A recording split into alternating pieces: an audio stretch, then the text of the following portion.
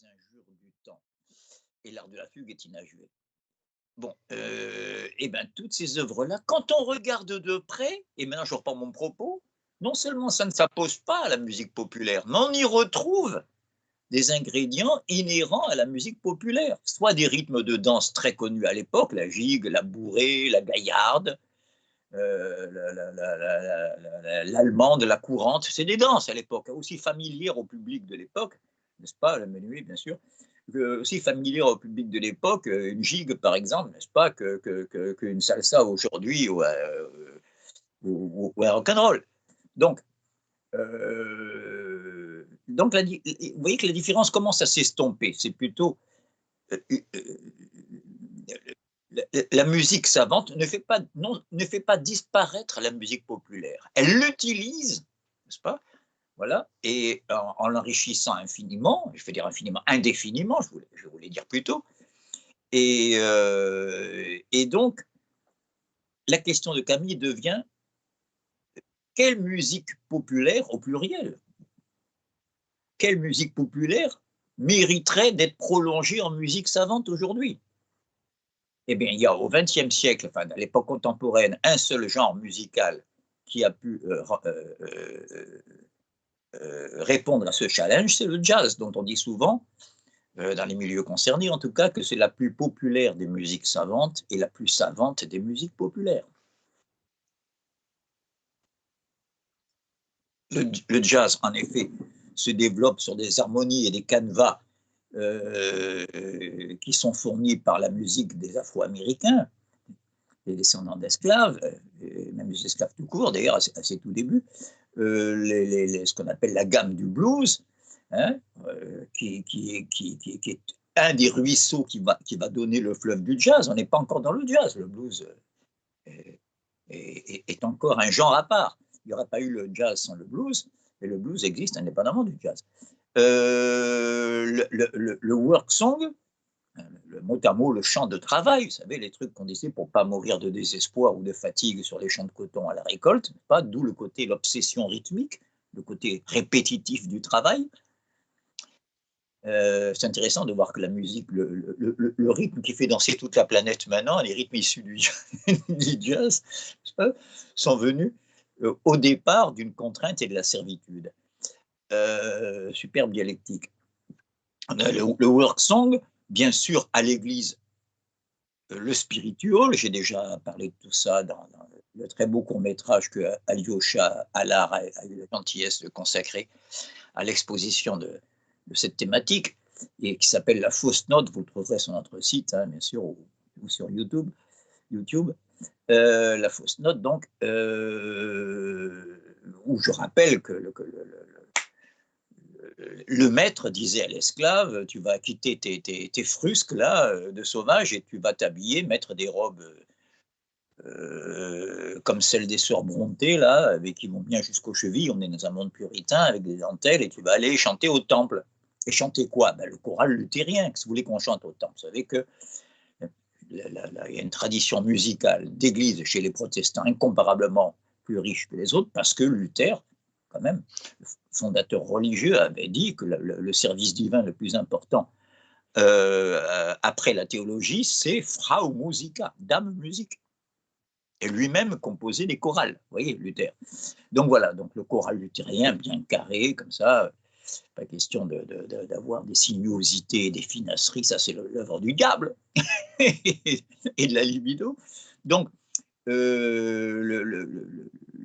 l'Afro-Américain était censé aller au temple, et là, bien sûr, il a chanté faux, génialement faux, c'est-à-dire que dans sa culture, certains intervalles de notre gamme n'existaient pas, et voulant superposer ce qui lui venait spontanément au gosier et ce qu'on voulait lui faire chanter, ça a donné les harmonies du blues, qui est un miracle, c'est-à-dire un truc inattendu, qui n'était pas prévu ni par la culture du maître, ni par celle de l'Africain d'origine, n'est-ce pas? C'est cette rencontre, cette impureté magnifique qui fait la richesse incomparable de cette échelle sonore. Voilà. Donc, je commencerai par dire à Camille, il faut prendre exemple sur ce qu'a fait le jazz, car il a surgi au moment où la musique savante contemporaine, il y a deux grandes sources de la musique savante contemporaine, je vais vite, hein, parce que c'est liminaire tout ce que je dis, donc je ne voudrais pas perdre du temps pour la suite de notre propos. Les deux grandes sources, je simplifie, mais quand on a ces deux-là, on a déjà pratiquement les trois quarts de ce qui est important dans la musique contemporaine, c'est la racine russe et la racine viennoise, pour aller vite. Je m'explique. La deuxième moitié du 19e siècle voit l'éveil de ce qu'on appelle les écoles nationales en musique. Jusque-là, il y avait une musique européenne. Nietzsche l'a très bien vu dans un beau passage de l'Al bien et le mal. Mozart, par exemple, qui est un Autrichien, donc qui est de langue allemande, a fait les plus beaux opéras italiens de son époque. Vous voyez, hein, c'est-à-dire qu'il excelle dans un genre qui n'est pas du tout germanique, au contraire, qui est l'opéra bouffe. Mais ça n'empêche pas de faire un opéra typiquement allemand. On ne dit pas un opéra, on dit un Singspiel, mot à mot un jeu chanté, avec des clins d'œil au public, des petites valses Süddeutsch, comme on dit, d'Allemagne du Sud et d'Autriche, des tyroliennes, des choses comme ça, des complicités avec le public, les publics des enfants du paradis, vous savez, celui qui a passé d'argent pour les places chères et qui va là-haut. Et Mozart, en crachant du sang, riait en répétant les airs de la flûte enchantée. Ça fait que c'est son ultime opéra et il a eu le bonheur de mourir en apprenant qu'il avait un succès magnifique, tardif, magnifique. Voilà. Donc, ben, voyez encore un exemple, Mozart. Pour beaucoup de gens, ça connote la grande musique. Et pourtant, qu'est-ce que Mozart a fait comme chose populaire? Des danses allemandes, ben, la flûte enchantée qui passe son temps à faire des clins d'œil au public. Je pense à l'air de Papageno. Pas ça joue sur le mot papagaï allemand qui veut dire perroquet parce qu'il est très bavard. Pas et Papageno, dont l'air le plus célèbre, a une Mädchen oder Weibchen, une petite nana ou une petite épouse, ça m'irait bien avec une tranche de jambon et un verre de bière. Vous voyez, c'est les paroles de Sandé. On n'est pas dans le sublime de ces héroïnes des autres opéras. Je pense à Fiordiligi, Fleur de Lys dans Così fan tutte, et bien sûr à Donna Anna dans Don Giovanni. Non, non, voilà. Donc, c'est pas tranché à la hache, hein, tout ça. Aujourd'hui, je réfléchis à des choses qui existent. Je pense aux musiques qu'utilise Kusturica dans ses films. Voilà quelqu'un qui part du fond populaire parce que la Yougoslavie, l'ex-Yougoslavie, ce sont des pays où la musique populaire n'est pas encore folklorisée comme elle est depuis longtemps dans les vieilles nations unifiées que sont la France, l'Angleterre, etc. Vous voyez? Donc la musique populaire est encore très vivante. Quand il y a une noce et un mariage là-bas, on ne met pas une sono, on ne met pas un DJ. On met des vrais musiciens qui arrivent du village d'à côté, et puis voilà. C'est de loin la meilleure des chaînes la musique vivante. Et ça donne, n'est-ce pas, cet allant musical qui est caractéristique des.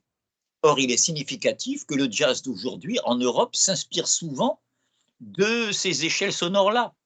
Hein, aux États-Unis, ça a été bien exploré, bien creusé. Alors maintenant, c'est au refrain, vous voyez, aux intervalles harmoniques, aux accords de seconde de Bulgarie, n'est-ce pas, à certains rythmes propres à la Serbie ou à la Croatie que rebondit. Donc je crois que voilà, la musique savante d'aujourd'hui doit plonger d'abord ses racines dans le contraire du savant, dans le populaire. Et même si le populaire est de plus en plus extra-européen, surtout si je prends l'Europe occidentale, ce Finistère, n'est-ce pas, cette pointe occidentale extrême de l'énorme Eurasie. Et ce mouvement-là, je vais m'arrêter là, parce que Camille a suffisamment de culture pour prolonger ce que je dis à partir de là, de cette orientation.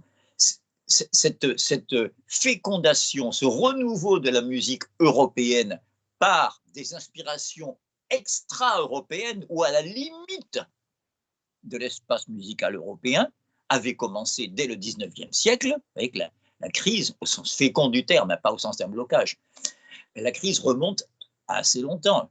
Je suis en train de dire, je vais parler de la racine russe, hein, je suis en train de dire que on dit souvent que le Sacre du printemps de Stravinsky, même s'il a été créé à Paris par les ballets Diaghilev, je vous l'ai déjà dit, à l'époque où la vie musicale de Paris de la grande musique, c'était les ballets russes. On se disputait pour avoir une place au ballet russe. Toutes les grandes premières de la musique du XXe siècle, le Sacre du printemps, Petrouchka, l'Oiseau de feu, c'est des ballets. Hein. Vous savez que les Russes sont d'immenses danseurs avec les Espagnols.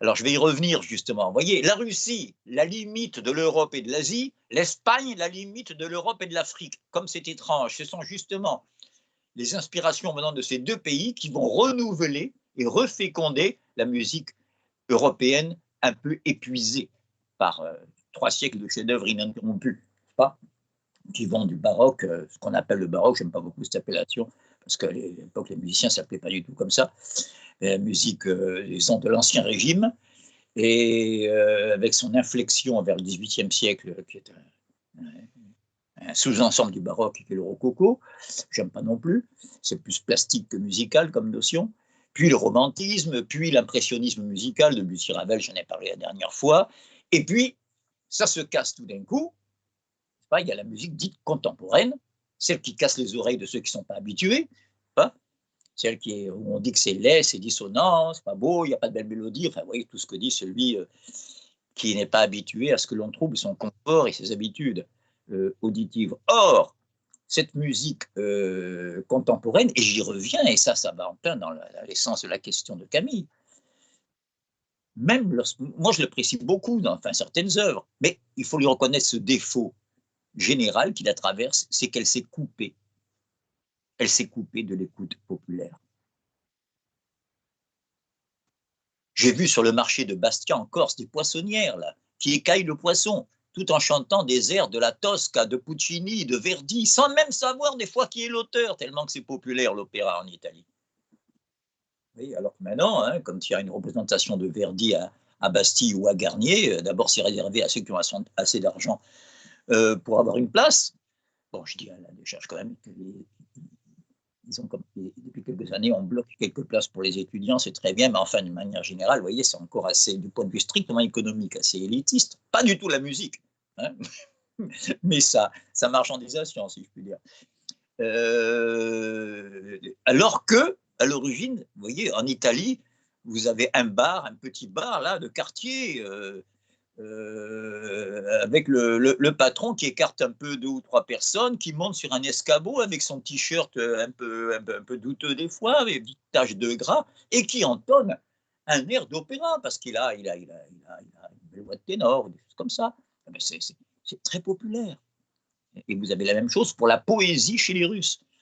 Dans un atelier, dans une usine, même en Sibérie, quelqu'un peut tout d'un coup, au moment de la pause, improviser une série de récitations de poèmes et tout le monde écoute d'une manière quasi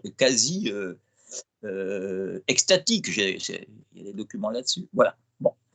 Donc, Camille, je ne veux pas fuir le débat. Pour l'instant, il y a une coupure totale entre musique populaire et musique savante, mais parce que, à mon avis, le capital n'a pas du tout intérêt à ce que l'immense majorité de la population accède à l'héritage de 15 siècles de musique. Donc, il se contente de répéter incessamment les œuvres parues dans les 10 dernières années. C'est quand même extraordinaire, à part quelques radios nostalgie qui remontent jusqu'à 30, 40 ans à la rigueur. C'est lamentable. Pas voilà, cet aplatissement hein, de l'héritage musical qui est le vôtre. Je parle aux jeunes en parlant à Camille ici. Ne vous laissez pas cambrioler ce qui vous appartient de droit. L'hérédité, on n'y peut rien. L'héritage, si. Pas. Voilà, donc, je laisse la question entre parenthèses. J'espère qu'on aura l'occasion d'y revenir. Je reviens à notre corpus, et donc il faudrait qu'on ait le texte de la cloche fêlée maintenant. Vous allez voir pourquoi j'ai déplacé ma focale sur ce poème, toujours dans Les Fleurs du Mal, bien sûr, pour reprendre notre discussion sur la modernité, et sans recommencer à zéro, vous allez voir ce qu'on va faire intervenir de nouveau. Et je reviens ici à un problème qui était apparu au travers de la question et de ma réponse à cette question, à la question de nos amis norvégiens, qui avait évoqué l'opposition classique, hein, tout à fait légitime du romantisme et du classicisme. C'est en général ce à quoi on l'oppose. Et je leur avais dit que, et il l'avait mis en parallèle, à la suite de mon exposé, il l'avait mis en parallèle avec l'opposition de la révolution et de la contre-révolution.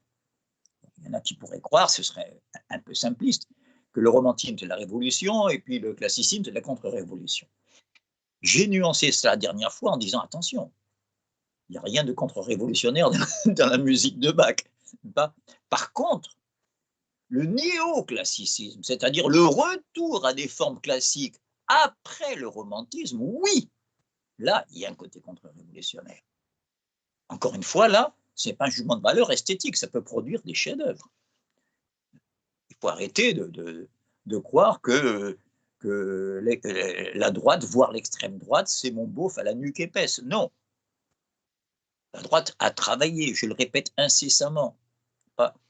Puisqu'on est parti de Baudelaire, je rappelle que Baudelaire dit quelque part, fait cette saillie sur une de ses notations, il dit il n'y a de vraiment valable dans la cité, dans la société, donc que le poète, le prêtre et le soldat. Même Marine Le Pen n'osera pas répéter ça aujourd'hui. Le poète, le prêtre et le soldat. Vous voyez, bon, il assumait son côté contre-révolutionnaire. Son maître en pensée, c'était Joseph de Maistre, qui était héritier lui-même de la tradition anglaise. Parce que la métropole de la contre-révolution, ceux qui étaient le plus terrifiés par les événements de Paris en 89, c'était bien sûr les Anglais. Donc, voilà, c'était un héritier de Burke, vous savez, Burke, celui qui, bien avant les postmodernes d'aujourd'hui, parce qu'il croit toujours que c'est un discours d'avant-garde, c'est le plus vieillot dans l'Europe moderne, si je puis dire, le discours contre-révolutionnaire, qui consiste, vous savez, il y a une négation de l'humanisme, la pensée post-moderne de Althusser qui dit que le marxiste est tout sauf un humanisme, jusqu'à Lévi-Strauss qui dit que Foucault qui dit que l'homme est une invention récente et fort heureusement amenée à disparaître bientôt, c'est dans les mots et les choses, et Lévi-Strauss, bon, qui est moins radical, mais qui dit quand même qu'il a essayé d'examiner non pas comment les hommes pensent dans les mythes, mais comment les mythes se pensent à travers les hommes. Les mythes, les traditions imaginaires utilisent l'homme comme moyen, et même, pourquoi pas, jolie formule, comment les mythes se pensent entre eux, comment on peut retrouver dans un mythe, je sais pas, comme Tristan l'Isolé, un mythe celtique du Moyen-Âge, comment on peut retrouver des éléments de structure qu'on retrouve aussi bien dans une tribu africaine au sud du Sahara ou bien au fond de l'Amazonie. Voilà, laissons cela. Mais le point commun, c'est que ça s'oppose à l'humanisme. Je ne parle même pas ai-je besoin de vous rappeler, vous êtes en pleine dedans, c'est votre génération, l'antispécisme, et tous ces mouvements qui disent que, en fait, la nature c'est sublime, s'il n'y avait pas cette horreur qu'est l'homme qui gâche tout, n'est-ce pas? L'anti-humanisme contemporain, qui est pour moi une des formes tranquilles du néonazisme, mais tranquille, avec une bonne conscience, et à majorité avec des gens qui se pensent à gauche. Ça, c'est le secret depuis 68, c'est que ceux qui étaient, vous savez, à droite de Gaulle, c'est-à-dire la droite atlantiste, n'est-ce pas, se sont fait passer pour étant des gens qui sont à gauche du PC. Maoïstes, les trotskistes, etc., et autres anarchistes, genre Cohn-Bendit. Vous voyez, bon, Cohn-Bendit, tout le monde sait maintenant qui soutient, mais à l'époque, ça pouvait faire illusion, vous voyez. Quand on vous dit qu'on est à gauche du PC, c'est qu'on est à droite de Gaulle. Et comme De Gaulle s'est jamais posé comme un homme de gauche, lui, il avait au moins cette clarté, comme un homme de droite, si vous êtes à droite de Gaulle, vous êtes à l'extrême droite. Soyons clairs. Je salue Foucault. Oui, je le critique souvent, mais il a dit au moins une phrase intelligente lorsqu'il a dit Mitterrand, c'est Vichy.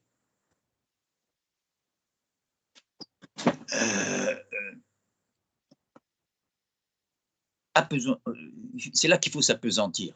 Donc, cette tradition contre-révolutionnaire, anti-humaniste, pourquoi j'ai fait ce long détour par l'anti-humanisme? Pour illustrer le propos du fameux Burke, B-U-R-K-E, l'anglais, qui est le maître à penser et l'original de toutes ces photocopies que vont être les contre-révolutionnaires français jusqu'à aujourd'hui.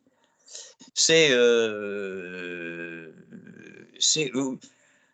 j'ai rencontré des Hongrois dans ma vie, j'ai rencontré des Russes, j'ai rencontré des Français, j'ai rencontré des Italiens, mais je n'ai jamais rencontré l'homme. Vous voyez, sous-entendu, l'homme en général, l'humanité, ça n'existe pas, il n'y a que des identités ethniques. Oui, oui, c'est assez contemporain. Hein. Vous voyez à quel niveau de régression en est venue l'opinion hein, depuis qu'on a fait reculer grâce à la guerre froide et à sa conclusion, n'est-ce pas, des discours un peu plus universalistes. Voilà. Et ça nous amène loin, hein, cette histoire de classicisme, romantisme. Alors justement, comme je rentre maintenant dans le texte de la cloche fêlée, comme j'avais bien précisé à nos amis norvégiens que les fondateurs d'Algarbra, que j'ai oublié de préciser, j'en profite d'une petite parenthèse pour rappeler que quand je dis nos amis norvégiens, il y a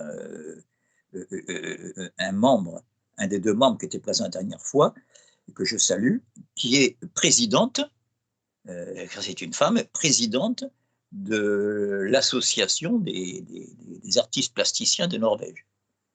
Voilà. Et c'est de quoi elle parle à ce niveau-là. Donc, quand je leur ai dit, c'est pas le classicisme qui serait réactionnaire contre révolutionnaire, c'est le néoclassicisme, en l'occurrence à l'époque de Baudelaire, le Parnasse, par lequel j'ai commencé avec le poème La Beauté. Après, je l'ai nuancé en montrant que Baudelaire, parallèlement à ce côté plastique, minéral, je hais le mouvement qui déplace les lignes fixistes, hanté par le souci de nier le temps, la temporalité, le devenir, le changement, bref, la révolution. À ce Baudelaire-là, se contrepointait un autre, tout à fait différent, voire opposé, hein, qui est bien connu au contraire pour exprimer la fluidité, l'évanescence, l'évaporation et le mouvement. Les sons et les parfums tournent dans l'air du soir, quoi de plus évanescent qu'un son et qu'un parfum. Voilà, ça on l'a vu, donc j'y reviens pas.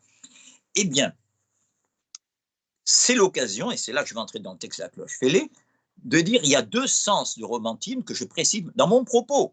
Hein, c'est à nous de décider hein, le sens de ces mots-là, je veux dire, hein, pour voir après si ça fonctionne. Mais je préviens à l'avance par honnêteté. Il y a le romantisme, et donc le classicisme, au sens strict. Alors en France, c'est bien vu, il commence en gros en 1821 avec l'apparition des méditations poétiques de Lamartine, et il se termine en 1853 avec l'échec, je vous l'avais signalé, d'une pièce de Hugo qui s'appelait Les Burgraves. Voilà, on peut oublier tout ça, sauf pour ceux qui font la grecque de lettres et pour lesquels c'est au programme. Mais si je prends le romantisme, non pas au sens strict, précis, historique, mais au sens large, c'est-à-dire au sens où c'est la première incarnation jusqu'à nos jours de la modernité, dans ce cas-là, je fais intervenir une nouvelle détermination. Quand je l'aurai exposé, je procéderai à la lecture de la cloche fêlée et à son commentaire. Cette nouvelle détermination, cette nouvelle problématique, et j'en prends la responsabilité, consiste à dire depuis l'apparition du romantisme, je répète, première expression de la modernité. Tous les mouvements esthétiques, littéraires, musicaux, poétiques, plastiques, peu importe. On verra après que c'est aussi idéologique, mais pour l'instant, restons dans le domaine esthétique, qui est plus familier à un grand nombre de gens. Soit ont pour fondement une réaction anti-romantique, le Parnasse, je l'ai cité, l'art pour l'art, plus tard, à la fin du XIXe siècle, le néoclassicisme, soit dans la prose d'un Gide, dans le roman, d'un Valéry, dans la poésie. Vous voyez, comme Valéry disait que le classicisme est un romantisme dompté. Vous voyez, ça veut dire...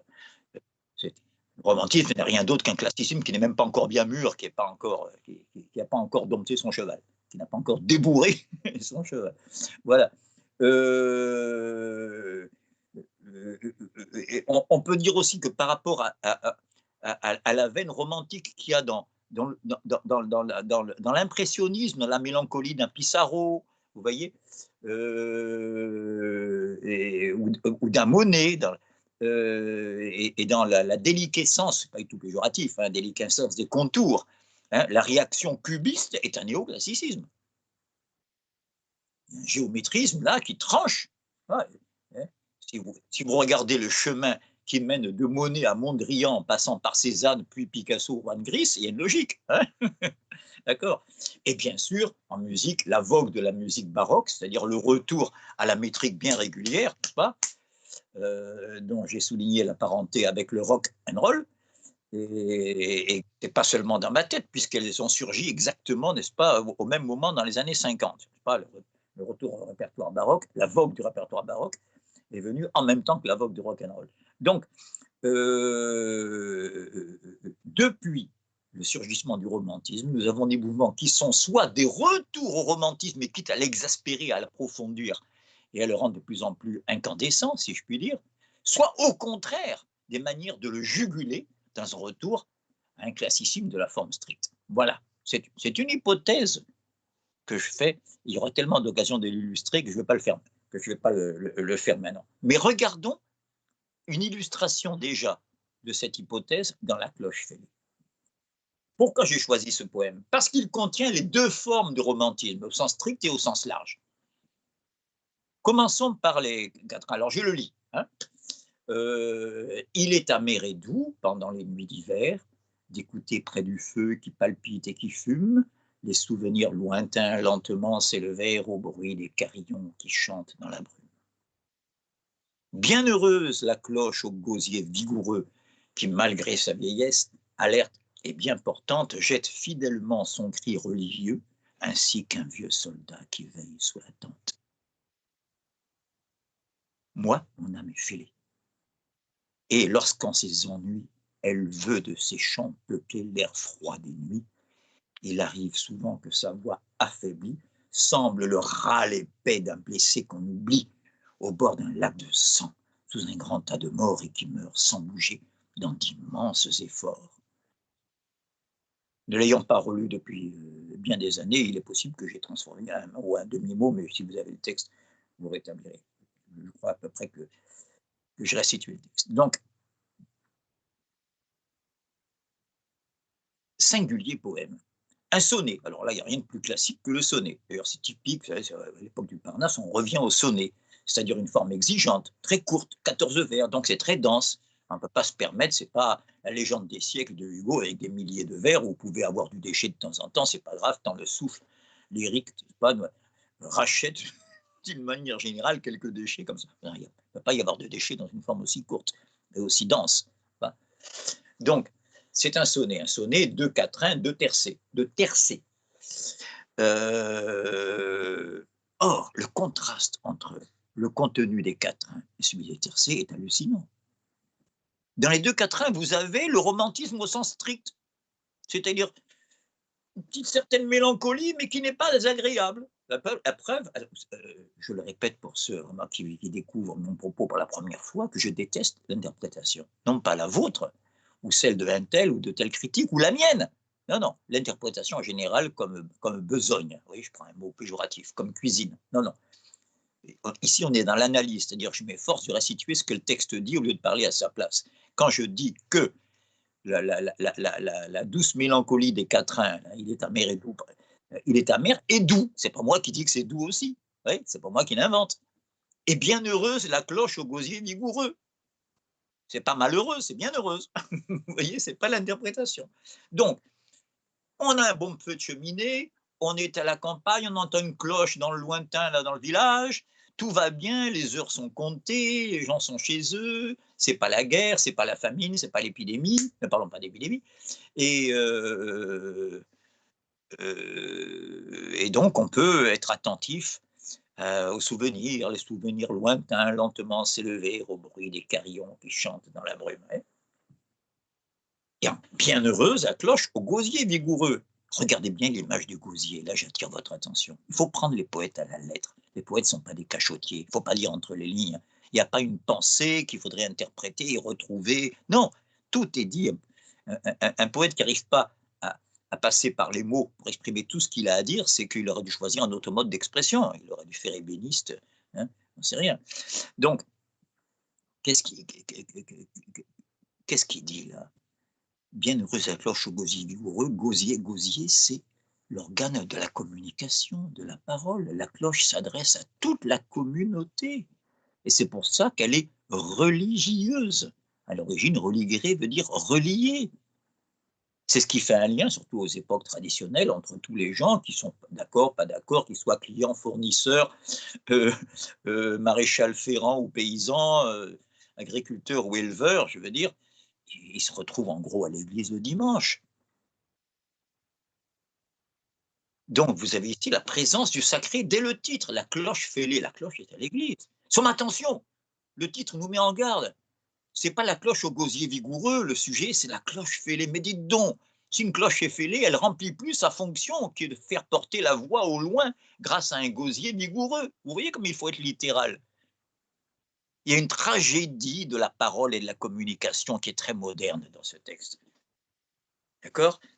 Il y a déjà le fait qu'on est enfermé dans ce qu'on appelle aujourd'hui une bulle, n'est-ce pas, personnelle. Mais regardez, bienheureuse la cloche au gosier vigoureux, ça c'est dans le monde traditionnel qui, malgré sa vieillesse, alerte et bien portante, jette fidèlement son cri religieux, pour faire 6 pieds, hein, religieux, ainsi qu'un vieux soldat qui veille sous la tente. Alors là, vous avez l'Église et l'armée. Mais dormez, braves gens. C'est la sécurité, c'est le contraire du malheur. Je comprends pourquoi la cloche est bienheureuse, là, tout va bien. Vous avez l'Église qui nous protège contre les tentations, contre le diable, qui mène la guerre spirituelle, et vous avez l'armée qui mène la guerre réelle, n'est-ce pas? Et qui veille au salut de l'Empire, aux frontières, du royaume, comme on voudra. Tout va bien. Point à la ligne, fin des quatrains. Moi, mon âme est fêlée. Les terciers commencent par moi. Ça, c'était eux, la bonne société, les braves gens. Pas les poètes maudits, pas les marginaux, non, non, non, non. C'est la société civile de l'époque, si vous voulez. Pas? Et là, tout d'un coup, moi, mon âme est fêlée. Ah, alors fêlée, vous voyez, surtout associé comme épithète au substantif cloche, alors là, il n'y a plus de gosier vigoureux. Et là commence un crescendo épouvantable. Je veux dire, ça commençait dans une béatitude de fin d'automne, je ne sais pas moi, ou non, il dit même pendant une nuit d'hiver d'ailleurs. Je vois pourquoi je vais chercher l'automne.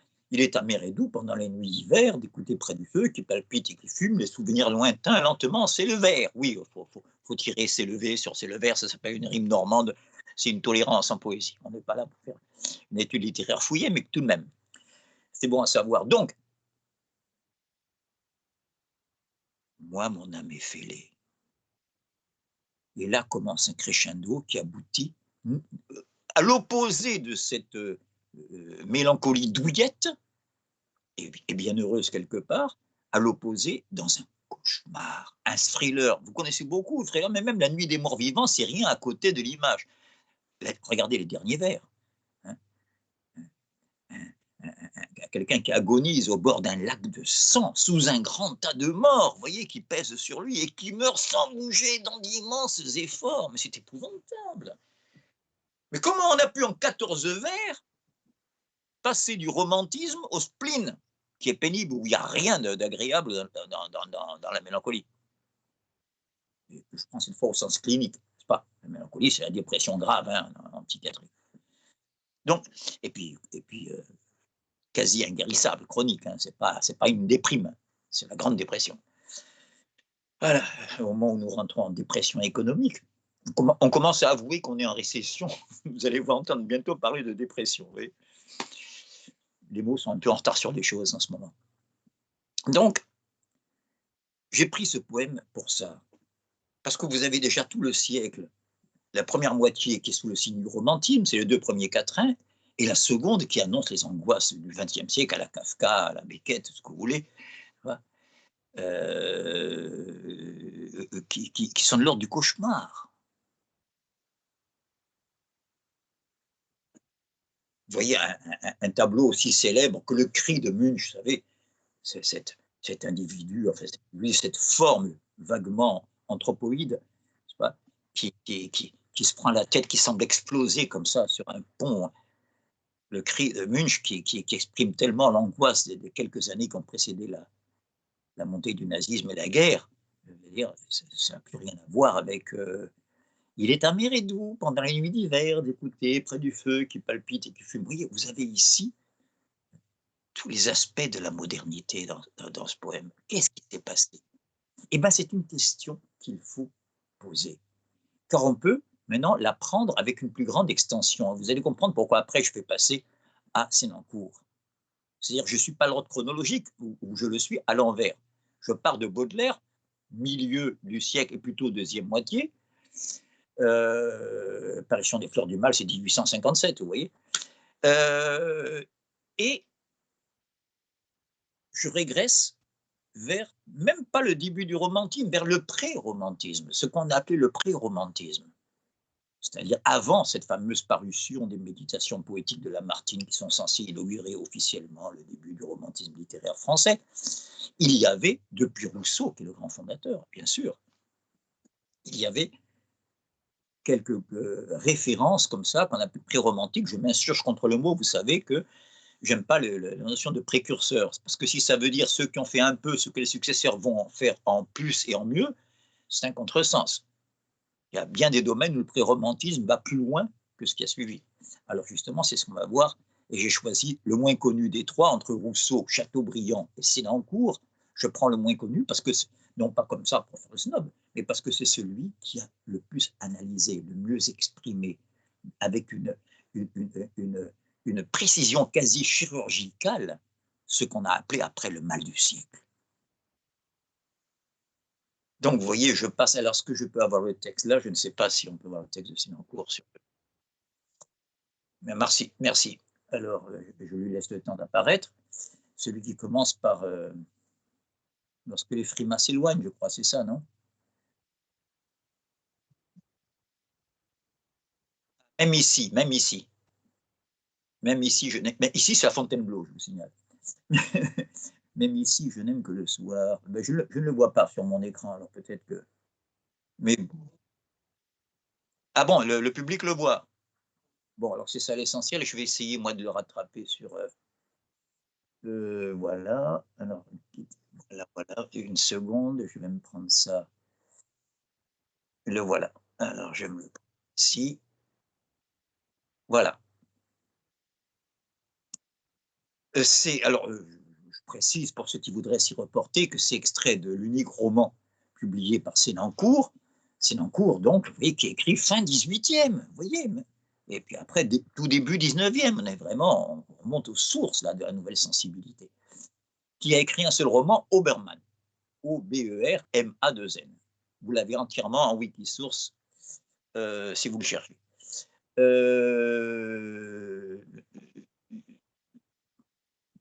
Sainte-Beuve, un des plus grands critiques du XIXe siècle, enfin un des plus référenciés, a dit « Monsieur de Sénancour aura une postérité discrète mais fidèle ». Ça veut dire qu'il n'est pas très connu du grand public, mais ceux qui le connaissent lui seront toujours fidèles. Voilà, ben, j'espère que je fais partie de cette postérité fidèle et discrète. Voilà, Nerval était un grand admirateur de Sénancour, et quant à Sénancour, bien sûr, son maître, c'était Rousseau, comme toute sa génération. Donc, je passe au texte. C'est un roman épistolaire, ouais, il écrit à un ami, c'est des lettres, hein. Comme ça, c'est comme la Nouvelle Héloïse, comme les. Voilà. Même ici, donc à Fontainebleau, et je le dis, ça se passe à l'automne, hein, donc au soir, il parle du soir, la fin de la journée, mais c'est aussi le soir de l'année, à savoir l'automne. Même ici, je n'aime que le soir. Vous voyez la continuité avec Harmonie du soir de Baudelaire. Hein. L'aurore me plaît un moment. Je crois que je sentirai sa beauté. Mais le jour qui va la suivre doit être si long. Oui, vous sentez venir déjà une lassitude, oui, le mal du siècle, un ennui. J'ai bien une terre libre à parcourir. Je rappelle que Étienne Pivert de Senancour est un jeune gentilhomme. Bon, ce n'est pas les plus grandes familles, mais enfin, c'est un gentilhomme qui a du bien. Une coïncidence intéressante, je vous en informe, fait qu'il a été propriétaire à une époque du domaine de Chalis-Sermenonville, où il y a la tombe de Rousseau maintenant et que Nerval a immortalisé dans son œuvre en prose. Voilà, je le dis au passage. Donc, quand il dit j'ai bien une terre libre à parcourir, ce n'est pas les soucis matériels qui sont son problème. Hein. J'ai bien une terre libre à parcourir, mais elle n'est pas assez sauvage, assez imposante. Vous voyez, il y a déjà un trait qui va devenir courant dans la modernité, c'est que dès que j'ai des vacances, je prends un charter et je vais sur une île de Polynésie, dans un lodge, n'est-ce pas, ou bien dans la forêt amazonienne, ou bien en Afrique, ou bien voilà, ou, ou dans les yourtes de la Mongolie, pourvu que n'importe où, pourvu que ce soit le plus loin possible de mes références culturelles, géographiques, historiques, climatiques, etc. Et, tout ça a une date de naissance qui est l'époque dont je parle, la fin 18e, début 19e. Donc, elle n'est pas assez sauvage, assez imposante. Je vous rappelle que Rousseau venait de créer la tradition de la beauté de la montagne. Mais oui, ça vous semble incroyable, mais ça n'existait pas. La montagne, c'était l'horreur. Un peu comme je vous ai dit que l'art gothique, c'était l'art laid et barbare pour les gens du XVIIe siècle. De la même manière, Madame de Sévigné, lorsqu'elle allait voir sa fille à Grignan, dans la Drôme, toujours dans la Drôme actuellement, donc elle passait tout près des Alpes, elle tirait le rideau de sa diligence pour ne pas voir cette horreur. Les Alpes, c'était la misère, crétin des Alpes. L'expression existait il n'y a pas si longtemps, avec des goitres, voilà, c'est pauvre. Il n'y avait pas encore le tourisme, il n'y avait pas les remonts de pente et les stations de ski. Donc, ne pensez pas à Mégève ici, mais Rousseau lance la poésie de la montagne dans la Nouvelle Héloïse. Bien sûr, Rousseau est suisse. Hein.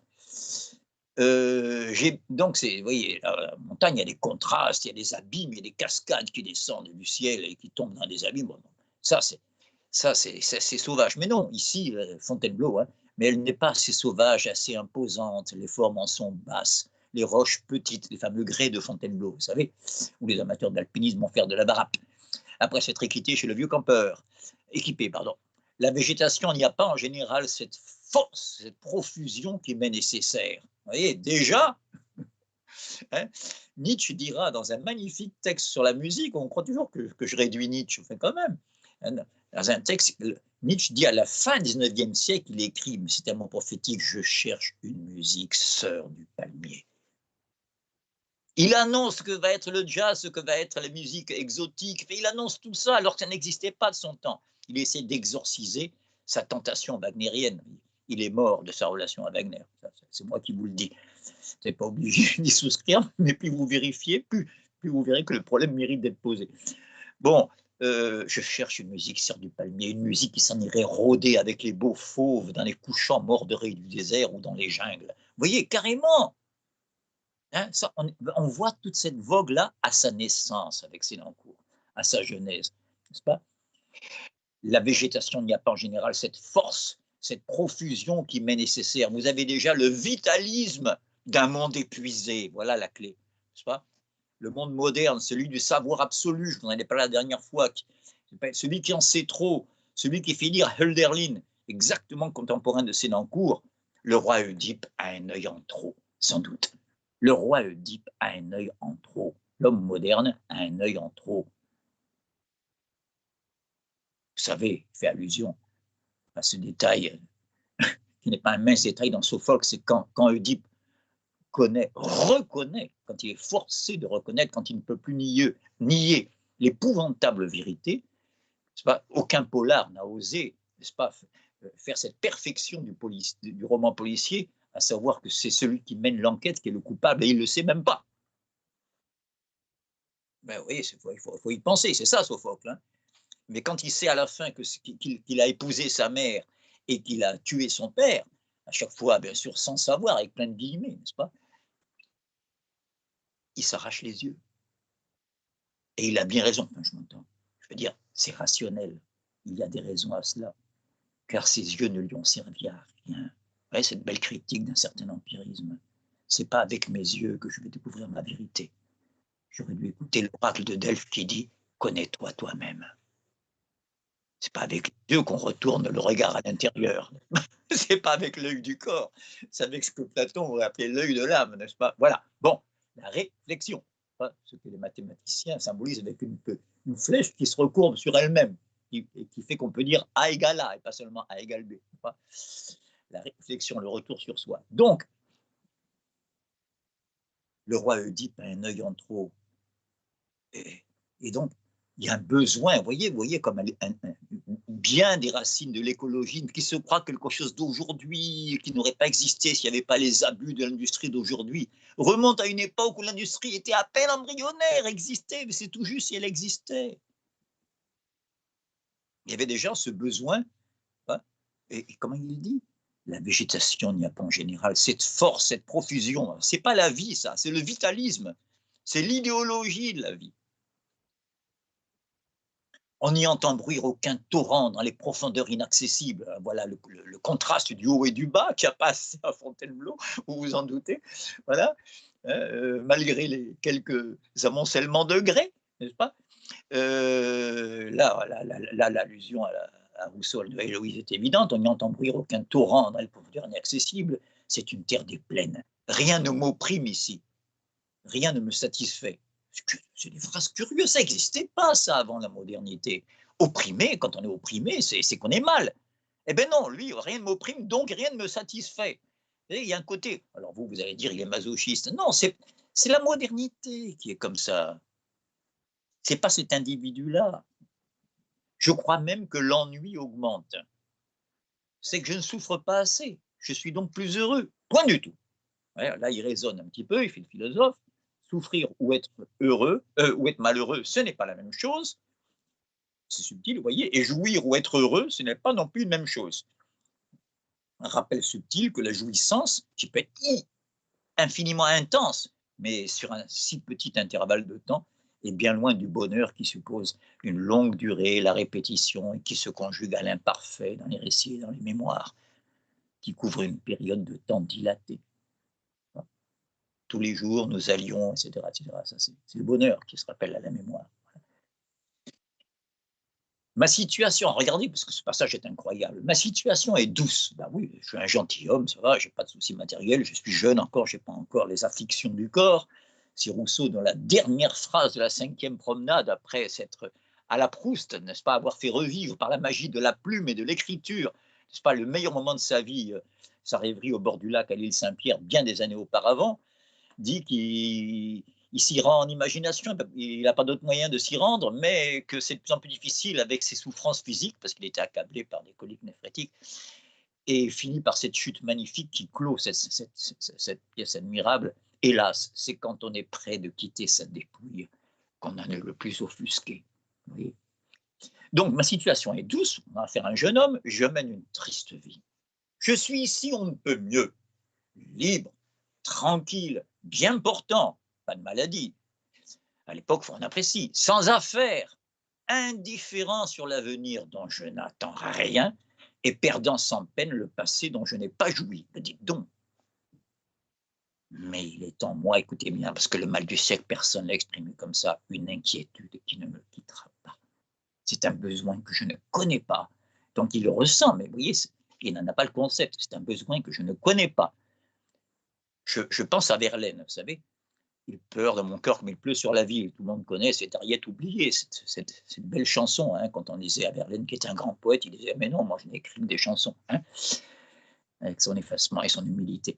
Et bien cette petite chanson, il pleure dans mon cœur comme il pleut sur la ville, quelle est cette longueur qui pénètre mon cœur. Il y a tout d'un coup ce passage, c'est bien la pire peine de ne savoir pourquoi. Vous voyez, c'est un besoin que je ne connais pas, comme il dit ici.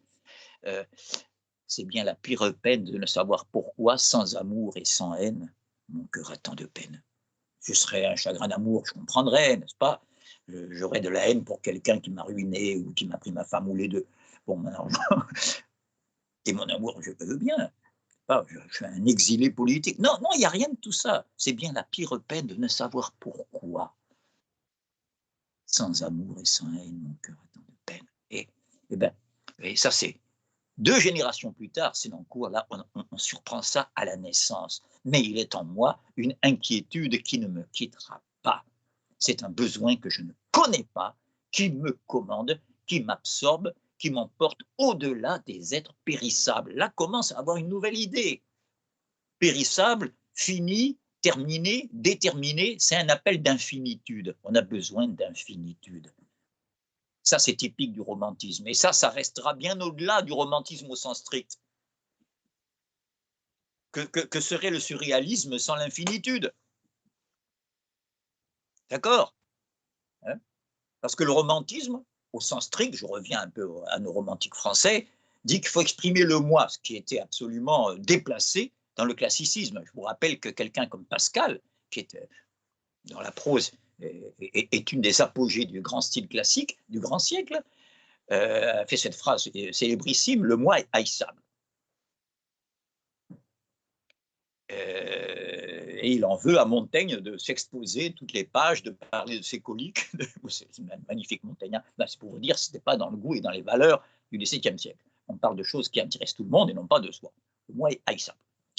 Là encore, c'est un néoclassicisme, c'est une référence à la Grèce, comme dit Hegel, dans le monde grec, on ne saura jamais si Achille avait un grain de beauté sur le genou gauche ou s'il aimait les pois avec du lard, on ne saura jamais tout ça. Alors que dans un roman de Balzac, vous savez tout ça, dès les 50 premières pages, vous savez tout ce qu'il y a sur la cheminée, des contes, une perruque, tout ce que vous voulez. Voilà. C'est magnifique dans les deux cas, hein, c'est pas la question. Mais voilà, l'individu comme tel, c'est moderne. L'Antiquité ne connaît pas. Il est ce que Hegel appelle l'ombre ineffective. Ce qui compte, c'est le citoyen. Ce n'est pas le particulier, là. Précisément parce que chacun sait à l'époque qu'il n'a rien de particulier. C'est ce que ressent tout le monde. Voilà. Donc, encore une fois, là, on surprend quelque chose à la naissance. C'est cette infinitude qui commence à poindre, n'est-ce pas? Qui me commande, qui m'absorbe, qui m'emporte, ce sentiment, au-delà des êtres périssables. Vous vous trompez, il parle à son ami, mais il parle au lecteur. Hein. Vous vous trompez, et je m'y étais trompé moi-même, parce qu'on dit, bon, le mec, ce qu'il lui faut, c'est une bonne femme, là, un grand amour, puis voilà, hein, ou si c'est une femme, il lui faut un mec, ou peu importe les sexes ici, on s'en fout. Ce qui lui manque, c'est l'amour, quoi. C'est une aventure, c'est un amour partagé. Vous vous trompez, je m'y étais trompé moi-même. Ce n'est pas le besoin d'aimer. Alors, une concession, regardez, il y a, sous-entendu, je l'avoue, une distance bien grande du vide de mon cœur actuel, sous-entendu, à l'amour qu'il a tant désiré. Il y a une distance bien grande. Mais il y a l'infini entre ce que je suis et ce que j'ai besoin d'être. L'amour est immense, il n'est pas infini, me dites donc. Prenez les mots au sérieux. Immense, ça veut dire qu'on ne peut pas mensurer, qu'il n'a pas de mesure.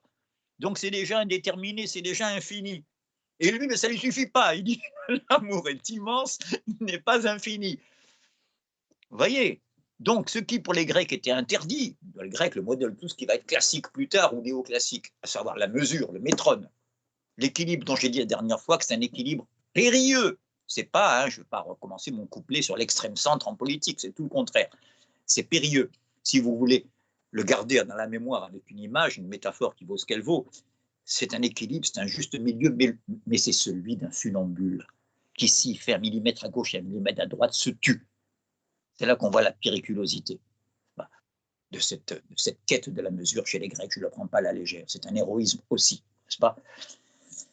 Et comme dit Hölderlin, on peut aussi bien tomber vers le haut que vers le bas. Donc,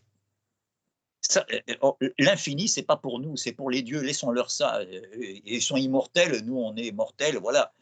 Et voilà que le héros moderne, lui, il a cette hubris, le plus grand des péchés, si on devait parler en termes chrétiens, mais ce n'est pas le cas chez les Grecs, la plus grande des fautes, c'est précisément de vouloir s'égaler au Dieu, de mélanger l'humain et le divin, d'être hubris, ça veut dire, vous voyez, vous vous retrouvez dans hybride. Il y a quelque chose de monstrueux d'accoupler des choses qui ne sont pas faites pour aller ensemble.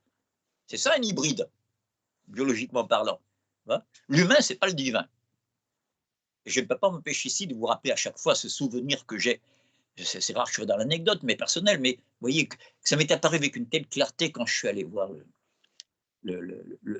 quand je suis allé au Cap Sounion, à 50 km d'Athènes, à un endroit où la Grèce est où le décor de la côte grecque est moins découpé qu'ailleurs. C'est une côte très découpée, un peu comme souvent en Méditerranée.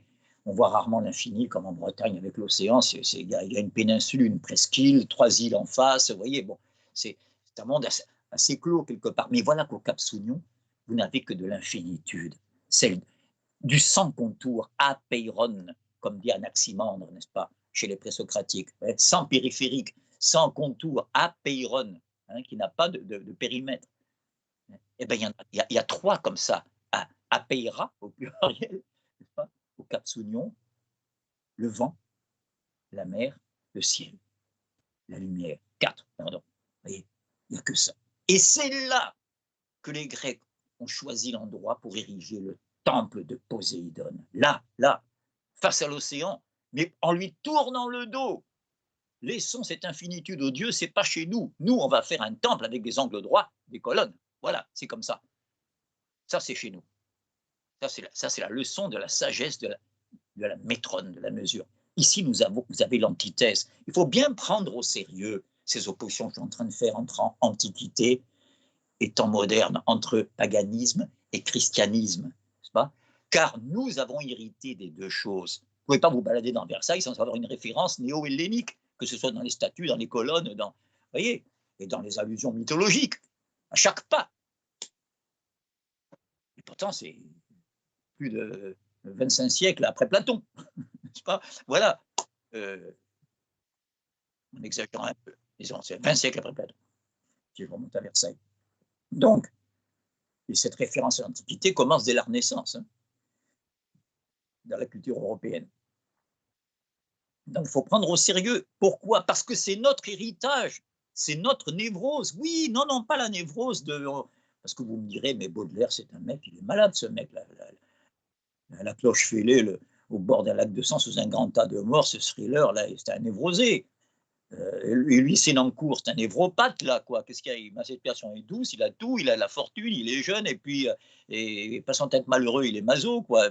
Oui, ne faites pas de la psychologie, c'est du temps perdu. Le psychologisme, c'est pas comme si c'était des questions d'individus. Lui, il est comme ça, moi, je suis pas comme ça. Non, c'est nous qui l'exprimons. Nous, comme modernes. Notre héritage, c'est les deux. Nous avons une jambe qui veut aller à droite et une autre qui veut aller à gauche. Quand vous arrivez à un carrefour, ça fait mal. Et vous comprenez maintenant pourquoi j'ai commencé par la beauté, je suis belle ou mortelle comme un rêve de pierre, le plus grec des poèmes de Baudelaire que j'ai cité, le plus minéral, le plus arrêté, le plus statuaire, le plus plastique. Celui où il y a le moins de développement temporel, il n'y en a même pas du tout. Je vais le mouvement qui déplace les lignes. Voilà, il y a un contour là pour l'éternité et ça ne bouge plus. Vous comprenez pourquoi j'ai commencé par là? Parce qu'il n'y a pas plus opposé à ce qu'on est en train de voir. Cette espèce d'aspiration que rien ne peut remplir ici. Là.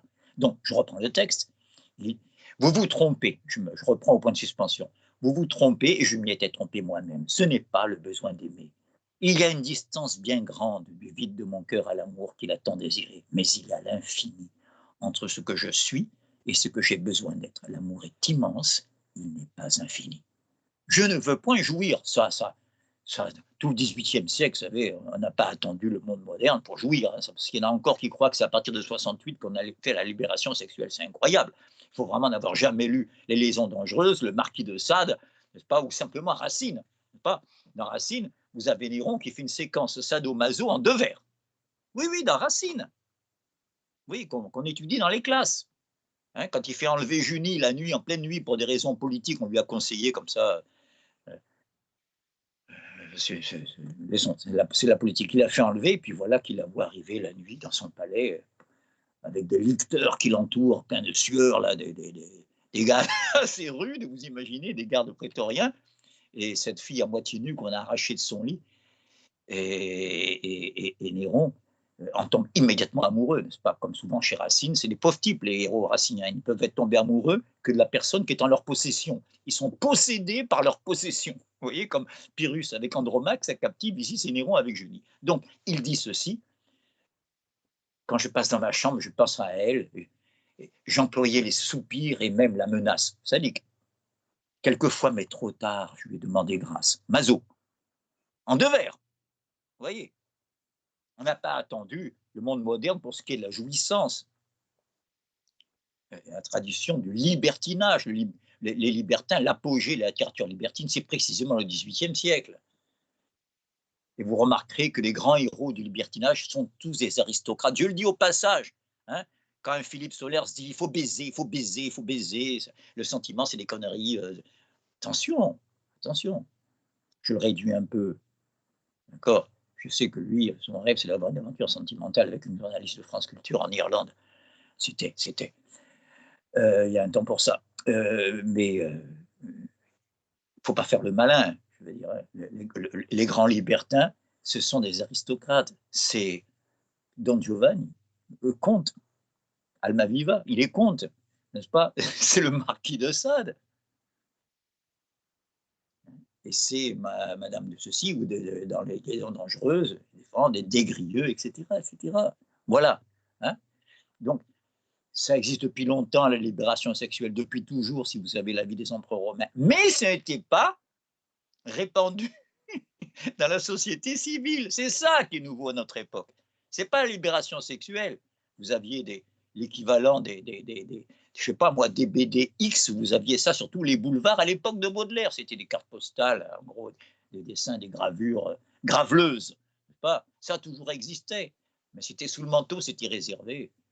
Parce que vous pouvez se le payer. Un peintre comme Boucher, à l'époque de Louis XV, hein, vous mettez Boucher comme ça, peinture sur les images, vous verrez des filles de 16 ans. À l'époque, il n'y avait pas la néo-moraline anti-pédophile. Je ne parle pas de ceux qui agressent pas les enfants, je parle de ce qui était courant à l'époque.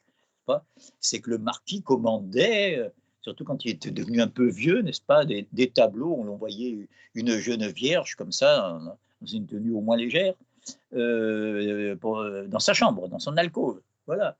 C'est vieux tout ça. C'est pas ça qui est moderne. Allez, laissons la jouissance et revenons au bonheur. L'amour est immense. Je ne veux point jouir. Ça je connais, j'ai pas besoin. Je veux espérer. Je voudrais savoir. Il me faut des illusions sans borne. On revient à l'incommensurable, à l'illimité. Baudelaire disait, n'est-ce pas, dans Le Voyage, un de ses plus beaux poèmes, celui qui clôt toutes les fleurs du mal, le plus long, n'est-ce pas? Faut-il partir, rester? Ça sert à quoi de partir? Parce qu'on retrouve partout pas, le même malheur. Et il dit notre condition de point, un oasis d'horreur dans un désert d'ennui, n'est-ce pas? Il faut bercer notre infini, dit Baudelaire, c'est le vers auquel je m'attendais, bercer notre infini sur le fini des mers.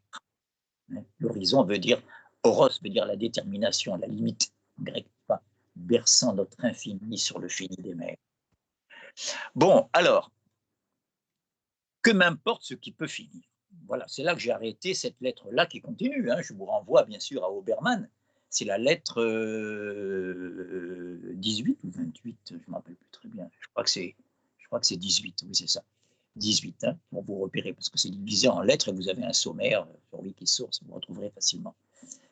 Et texte suivant, mais toujours quand il est à Fontainebleau, le précédent commençait, je rappelle, par « Même ici, je n'aime que le soir ». Celui-ci commence par faire allusion au soir, non pas de la journée, mais de l'année, à l'automne. Lorsque les frimas s'éloignent, c'est-à-dire lorsque le printemps revient, c'est notre saison, n'est-ce pas, lorsque l'hiver se retire, je m'en aperçois à peine. C'est la saison du bonheur pour tout le monde, lui non.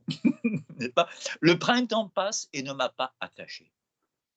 L'été passe, je ne le regrette point. Là, j'entends toutes les femmes hurler. Oui, j'ai l'air sexiste, mais vous savez, quand vous voyez une touriste sur un rocher, en Corse, en Grèce, peu importe, là, offerte au soleil, mais avec une confiance que n'aura jamais évoqué aucun homme. Si vous lisez Freud, vous aurez peut-être quelques clés pour comprendre pourquoi cette confiance absolue dans le rapport au soleil. Vous voyez? Allez, cessons d'être ringardisables. L'été passe, je ne le regrette point, mais je me plais à marcher sur les feuilles tombées. Voilà, la seule saison qui trouve grâce à lui, c'est celle de la mort. Je me plais à marcher sur les feuilles tombées. Enfin, quand même, c'est étrange, l'époque. Au dernier beau jour, dans la forêt dépouillée. Donc, et c'est là qu'il reprend l'analyse du mal du siècle, d'où vient à l'homme la plus durable des jouissances de son cœur. Cette volupté de la mélancolie, voilà ce avec quoi Baudelaire tranchera avec le spleen qui n'a plus rien d'agréable, c'est un cauchemar. Mais là, hein, au moment de son surgissement, il y a encore une volupté de la mélancolie. Vous voyez le piège qui se referme sur le sujet moderne. Il peut être tenté par quoi? Par quelque part des images de sa destruction. Vous me direz, oui, mais attends, tu prends des névrosés, là, vous voyez, il y a toujours le même contresens. On va faire de la psychologie. Oui, les Baudelaire, les Sénancourt.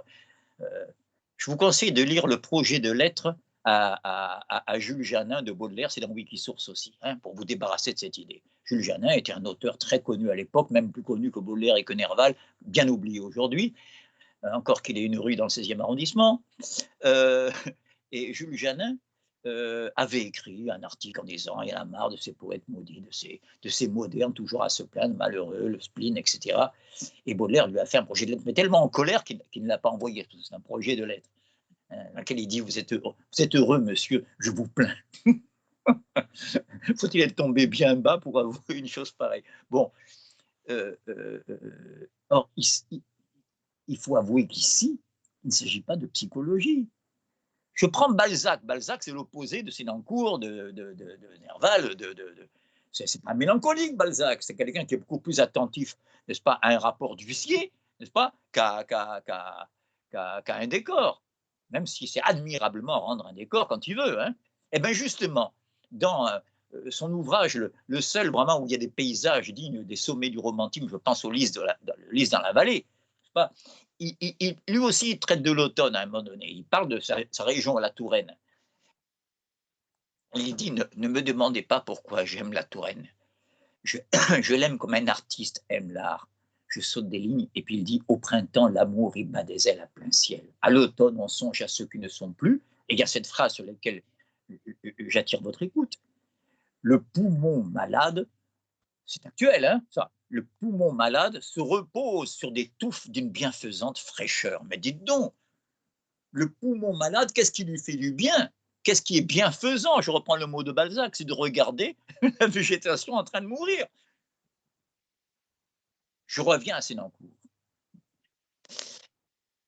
D'où vient à l'homme la plus durable des jouissances de son cœur, cette volupté de la mélancolie, ce charme plein de secrets qui le fait vivre de ses douleurs et s'aimer encore dans le sentiment de sa ruine? Je m'attache à la saison heureuse. Vous vous rappelez Baudelaire? Un cœur tendre qui est le néant vaste et noir, donc qui tourne le dos à la nuit qui vient, du passé lumineux recueille tout vestige. Eh bien, je m'attache à la saison heureuse qui bientôt ne sera plus. Je suis déjà proustien, je suis déjà en quête du temps passé, car comme dit Proust, les vrais paradis ne se forment que dans la mémoire. Un intérêt tardif, un plaisir qui paraît contradictoire m'amène à elle, la saison heureuse, lorsqu'elle va finir. Une même loi morale, vous voyez sa rigueur d'analyse, c'est ce qui le rend original par rapport à tous les autres pré-romantiques. Hein. Je vous dis, c'est chirurgical son approche du mal du siècle. Une même loi morale me rend pénible l'idée de la destruction, quand j'y pense abstraitement, et m'en fait aimer ici, concrètement, ici et maintenant, le sentiment dans ce qui doit cesser avant moi. Et oui, la nature va mourir, mais elle va revenir au printemps, et moi je verrai le prochain printemps, donc c'est bon. Il est naturel que nous jouissions mieux de l'existence. Excusez-moi, j'ai un parasite, voilà. De l'existence périssable. Zut, qu'est-ce que j'ai fait? Qu'est-ce que j'ai fait? Excusez-moi. Oui, c'est bien. Voilà. Il est naturel que nous jouissions mieux de l'existence périssable lorsque, avertis de toute sa fragilité, nous la sentons néanmoins durer en nous. Quand la mort nous sépare des choses, elle subsiste sans nous. Mais à la chute des feuilles, la végétation s'arrête, elle meurt, nous restons pour des générations nouvelles. L'automne est délicieux, vous voyez, la saison de la mort. Le mot délicieux, l'automne, j'ai des parasites que je vais enlever, voilà. L'automne est délicieux parce que le printemps doit venir encore pour nous, analyse très fine. Et là, il y a cette phrase sur laquelle j'attire votre attention. Je commence par la lire d'abord. Le printemps est plus beau dans la nature. Qu'est-ce qu'il y a de plus beau qu'un printemps comme saison? Mais l'homme a tellement fait que l'automne est plus doux. Alors là, attention, il faut bien prendre la phrase à la lettre. Le printemps, c'est ce qu'il y a de plus beau. L'automne n'est pas plus beau, mais il est plus doux. Pourquoi?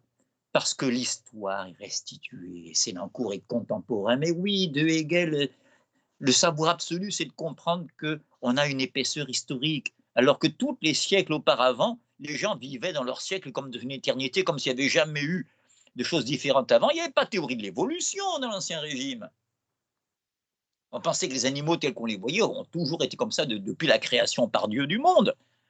Ça fait remonter à loin, n'est-ce pas?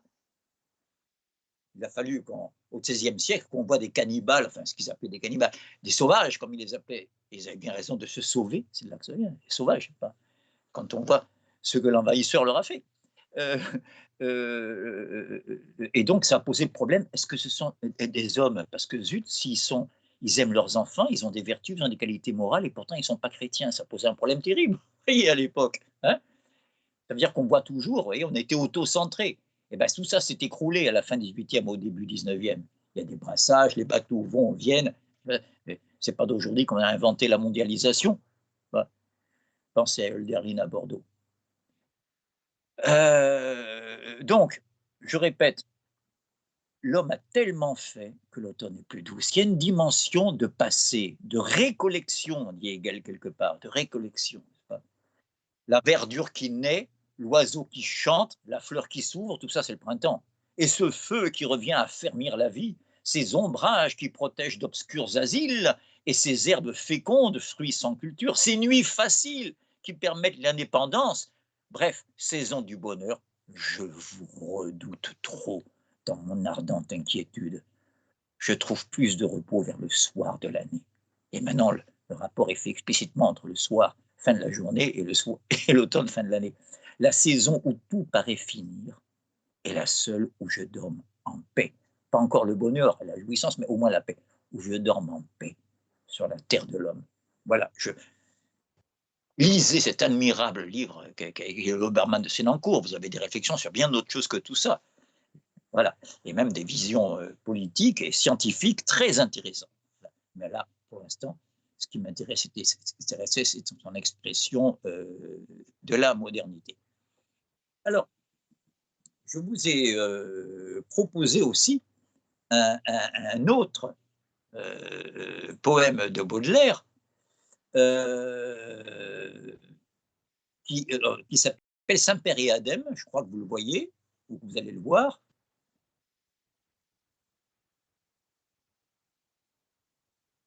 Alors là, je vais aggraver mon côté sexiste, enfin, c'est pas moi, hein, je cite Baudelaire. Hein. Non, j'ironise pour ceux qui font tout le temps des anachronismes. Bien sûr, on parlerait comme ça maintenant à une femme, ça pourrait choquer, ça je le conçois parfaitement. Moi-même, je m'en abstiens, et puis sans avoir attendu le féminisme pour ça. Je suis bien élevé quand même. Mais à l'époque, ça allait de soi qu'on dit sois belle et tais-toi. La principale qualité d'une femme, c'était de plaire, bref, et d'être bonne épouse. Bon, ici, il ne s'agit pas d'épouse, il s'agit d'une maîtresse visiblement, vous allez voir, et à laquelle l'auteur s'adresse. Et vous voyez, ça commence Baudelaire qui fait parler sa maîtresse de lui, n'est-ce pas? Et elle dit ceci, enfin, il lui fait dire ceci, d'où vous vient, disiez-vous, donc Baudelaire parle à sa maîtresse quand il dit disiez-vous, d'où vous vient, disait-elle à lui, d'où vous vient, disiez-vous, cette tristesse étrange, Baudelaire est un homme du spleen, hein, d'où vous vient, disiez-vous, cette tristesse étrange, montant comme la mer sur le roc noir et nu. Immédiatement la réponse de Baudelaire. Quand notre cœur a fait une fois sa vendange, vivre est un mal. C'est un secret de tous connu. Alors, vous voyez, c'est pas le mégalo qui dit « moi, j'ai un secret que personne ne connaît », c'est le contraire. C'est un secret de tous connu, mais que personne ne veut savoir. Vous voyez comment on retrouve mon histoire du savoir absolu qui, lorsqu'il apparaît, engendre un non-savoir absolu. J'ai rarement vu un texte qui est aussi clair à ce niveau-là. Hein, une douleur très simple et non mystérieuse, et comme votre joie, éclatante pour tous. Cessez donc de chercher, ô belles curieuses, et bien que votre voix soit douce, taisez-vous. Enfin, il ne lui interdit pas de parler, il lui interdit de poser ce genre de questions sur sa mélancolie. Et bien que votre voix soit douce, taisez-vous. Taisez-vous, ignorante. Alors là, c'est le passage, n'est-ce pas, épouvantablement macho. Taisez-vous, ignorante, âme toujours ravie, bouche ou rire enfantin plus encore que la vie. La mort nous tient souvent par des liens subtils. Laissez mon cœur s'enivrer d'un mensonge. C'est dit en toutes lettres. Être moderne, c'est pouvoir vivre de la négation de ne pas savoir ce qu'on sait, bon sang. Plongez dans vos beaux yeux comme dans un beau songe. Ah, le songe, c'est mieux que le mensonge. Vous voyez? C'est justement parce que ce n'est pas la vérité. Dans un autre poème qui s'appelle La Voix, hein, Baudelaire est consolé par une voix qui lui dit « Garde tes songes, les sages n'en ont pas d'aussi beaux que les fous ». Bon, ben oui, il y a la même thématique ici. Laissez mon cœur s'enivrer d'un mensonge, plongez dans vos beaux yeux comme dans un beau songe, et sommeillez longtemps à l'ombre de vos cils. On ne peut pas mieux incarner avec autant de clarté, de franchise, pour une fois le masque tombe, ce besoin de se mentir à soi-même. Donc Baudelaire est ici conscient, ce qui est exceptionnel, mais la plupart des gens qui font comme lui ne sont pas conscients. Ils croient vraiment, n'est-ce pas, qu'ils vont trouver le salut dans la forêt, dans le père Malien, j'en sais rien. Non. Je fais allusion à quoi? Je fais allusion à Chateaubriand, qui était déjà plus lucide que nos écolos, et pourtant, Dieu sait si c'est un enchanteur au niveau du décor naturel, n'est-ce pas, qui a dépeint les forêts de la Louisiane de l'époque, les jungles, n'est-ce pas, qui bordent le Mississippi, comme lui. Eh bien, il fait dire à son héros René, dans son récit autobiographique, en grande partie René, il lui fait dire: à un moment, je crus que les bois me seraient délicieux. Vous voyez, avec une légère auto-ironie. Hein, c'était l'époque où je croyais encore que mon humeur, n'est-ce pas, était fonction du décor dans lequel je vais aller. Pas. À un moment, j'ai cru que les bois me seraient délicieux. C'est intéressant de comparer ça à ce que dira Baudelaire 2 générations plus tard. Grand bois, vous m'effrayez comme des cathédrales, vous hurlez comme l'orgue. Voilà. Bref, oui, c'est intéressant, les tuyaux d'orgue et les troncs des arbres. Bon, passons. Voilà, je ne voudrais pas déborder l'heure qui nous est impartie, j'aimerais bien avoir vos questions, mais je tenais à y répondre. Simplement, je vais prolonger un peu ma petite prolongation, parce que j'ai débordé une vingtaine de minutes le calibrage de l'heure. Je voudrais juste répondre à notre ami Jess, que j'ai un petit peu, apparemment d'une manière désinvolte, dit: je vous répondrai ce soir oralement. Je n'ai vu son message que dans l'après-midi. Et donc, je vais revoir très rapidement son message, vous allez voir. Ah d'accord, ça c'est les questions d'aujourd'hui, formidable. Oh là là, on a de la chance d'avoir des interlocuteurs comme ça. Pour l'instant, je regarde justement, excusez-moi, ça va venir. Il faut que je mette ici le nom, voilà. Jess. Vous me laissez quelques secondes, voilà.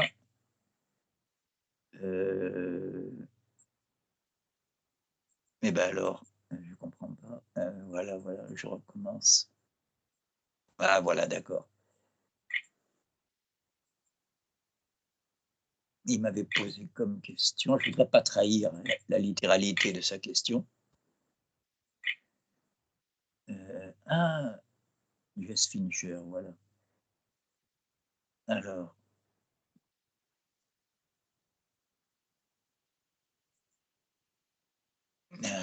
Mais je ne la vois pas, donc en fait, il a dû me la poser sur Facebook. Alors, j'aimerais bien qu'il soit là pour me la reposer et pas perdre de temps.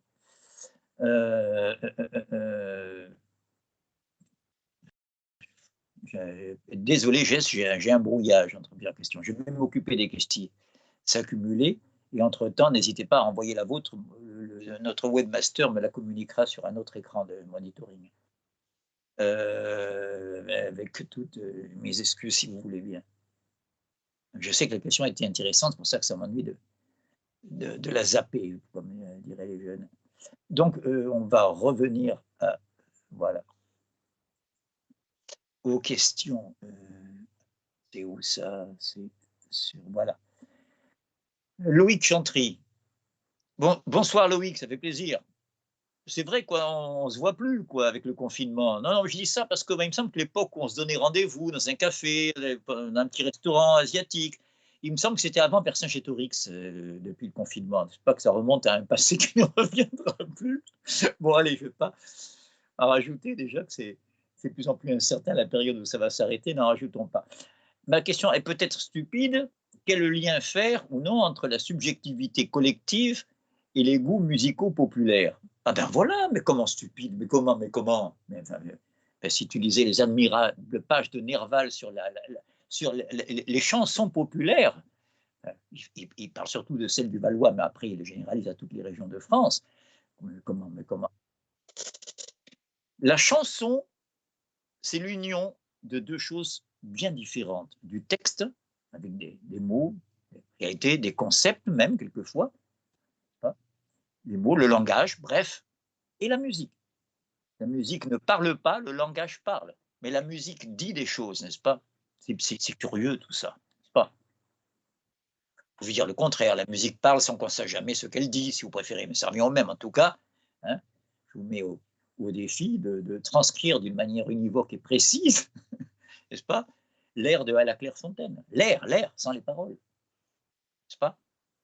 Or, la fusion de ces deux choses complètement hétérogènes, le langage qui parle d'abord à l'esprit, n'est-ce pas, à la conscience claire, et la musique qui parle à l'âme plutôt qu'à l'esprit, vous voyez, hein, quelque chose de plus primitif, de plus instinctif, de moins conceptuel. De tout temps, il a été question de leur opposition et ou, au contraire, de leur fusion. Bien sûr, dans l'histoire de la musique, l'incarnation la plus la plus grandiose de cette fusion, c'est l'opéra. Pas tellement ce qu'il est devenu un peu par la suite, une espèce de virtuosité vocale. Bon, moi j'aime bien, mais enfin, je veux dire, mais je pense au moment de son surgissement sous Monteverdi, n'est-ce pas, dans la Venise qui fait le pont entre le XVIe et le XVIIe siècle, n'est-ce pas, avec des œuvres comme l'Orfeo, n'est-ce pas, en traitant les grands problèmes mythologiques comme le mythe d'Orphée, ou bien Ariane en a perdu malheureusement ce chef-d'œuvre que devait être Ariane. Comment je sais que c'est un chef-d'œuvre? Parce qu'on a gardé que le lamento. Lorsque Ariane, échevelée, abandonnée, seule sur le rivage de Naxos, et qu'elle voit les voiles de Thésée partir au loin en l'ayant oublié alors qu'elle lui a sauvé la mise et l'a sauvé, pas, de la mâchoire du Minotaure, quand même. Ça ne se fait pas. En banlieue, ça ne se fait pas. Eh bien, l'opéra fusion. Ben, depuis toujours, à l'époque, il y avait des théoriciens qui disaient en italien prima la parole, dopo la musica, ou bien prima la musica, dopo la parole. Est-ce qu'il faut faire d'abord la musique et après les paroles? Vous voyez, hein, vous voyez comme ça tracasse. Hein. Il y a un très bel ouvrage sur Wagner, un des plus étranges et un des mieux renseignés, fait par un anthropologue, qui s'appelle Le mythe de l'androgyne chez Wagner, dans lequel il va jusqu'à dire que la musique, c'est l'élément féminin et le texte, c'est l'élément masculin, et que leur fusion est androgyne chez Wagner. Il est très aidé par le fait qu'il se passe des choses étranges des fois chez Wagner. Je continue à te répondre, hein, parce que pour le populaire, hein, j'y arrive. Parce que, par exemple, lorsque Siegfried, après avoir franchi les flammes, après avoir tué le dragon, puis franchi les flammes, deuxième épreuve, en bravant l'interdit des flammes qui veille sur le sommeil de la Valkyrie endormie par son père pour la punir d'avoir fait ce que lui ne pouvait pas faire, lui le roi des dieux. Lorsqu'il découvre la Valkyrie, il ne sait pas que c'est une femme, il n'en a jamais vu, il a été élevé dans la forêt comme un sauvageon. Hein. Il n'a jamais vu les femmes, il a vu des femelles dans la forêt, il ne sait pas ce que c'est qu'une femme. Et il voit un guerrier en armure là en train de dormir, il croit que c'est un guerrier. Il s'approche et il n'arrive pas, il voit qu'il dort profondément. Donc avec son épée, il fait sauter les lacets de sa cuirasse et il voit tout d'un coup une poitrine qui jaillit. Et il dit « c'est Skyman !» Un hurlement, ce n'est pas un homme. Vous voyez, c'est bizarre Wagner des fois. Hein, pas, hein. Puis après, il roule un patin, n'est-ce pas? Et c'est ça qui va réveiller la Valkyrie comme la belle au bois dormant. La scène qui suit, même Nietzsche, n'est-ce pas, même à l'époque où il détestait Wagner, disait cette scène-là, elle dépasse la sphère des orages. Bon, le réveil de la Valkyrie, troisième acte de Siegfried. Eh bien, cette fusion-là, j'ai pris la forme la plus développée, la plus grandiose, mais en miniature, la chanson populaire. Les meilleures sont celles qui font une fusion parfaite, n'est-ce pas, du texte et de la musique. Regardez, ce refrain connu de tous les Français, et pas seulement, puisque c'est devenu un standard de jazz aux États-Unis. Là-bas, on l'appelle Autumn Leaves, et chez nous, les feuilles mortes. C'est une chanson. Vous voyez ?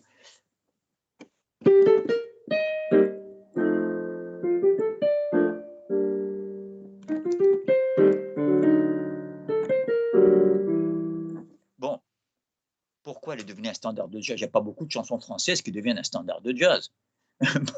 Parce que le grand amour de Miles Davis, c'était Juliette Gréco, à l'époque où il était à Paris. Voilà. Allez, laissons là l'anecdote.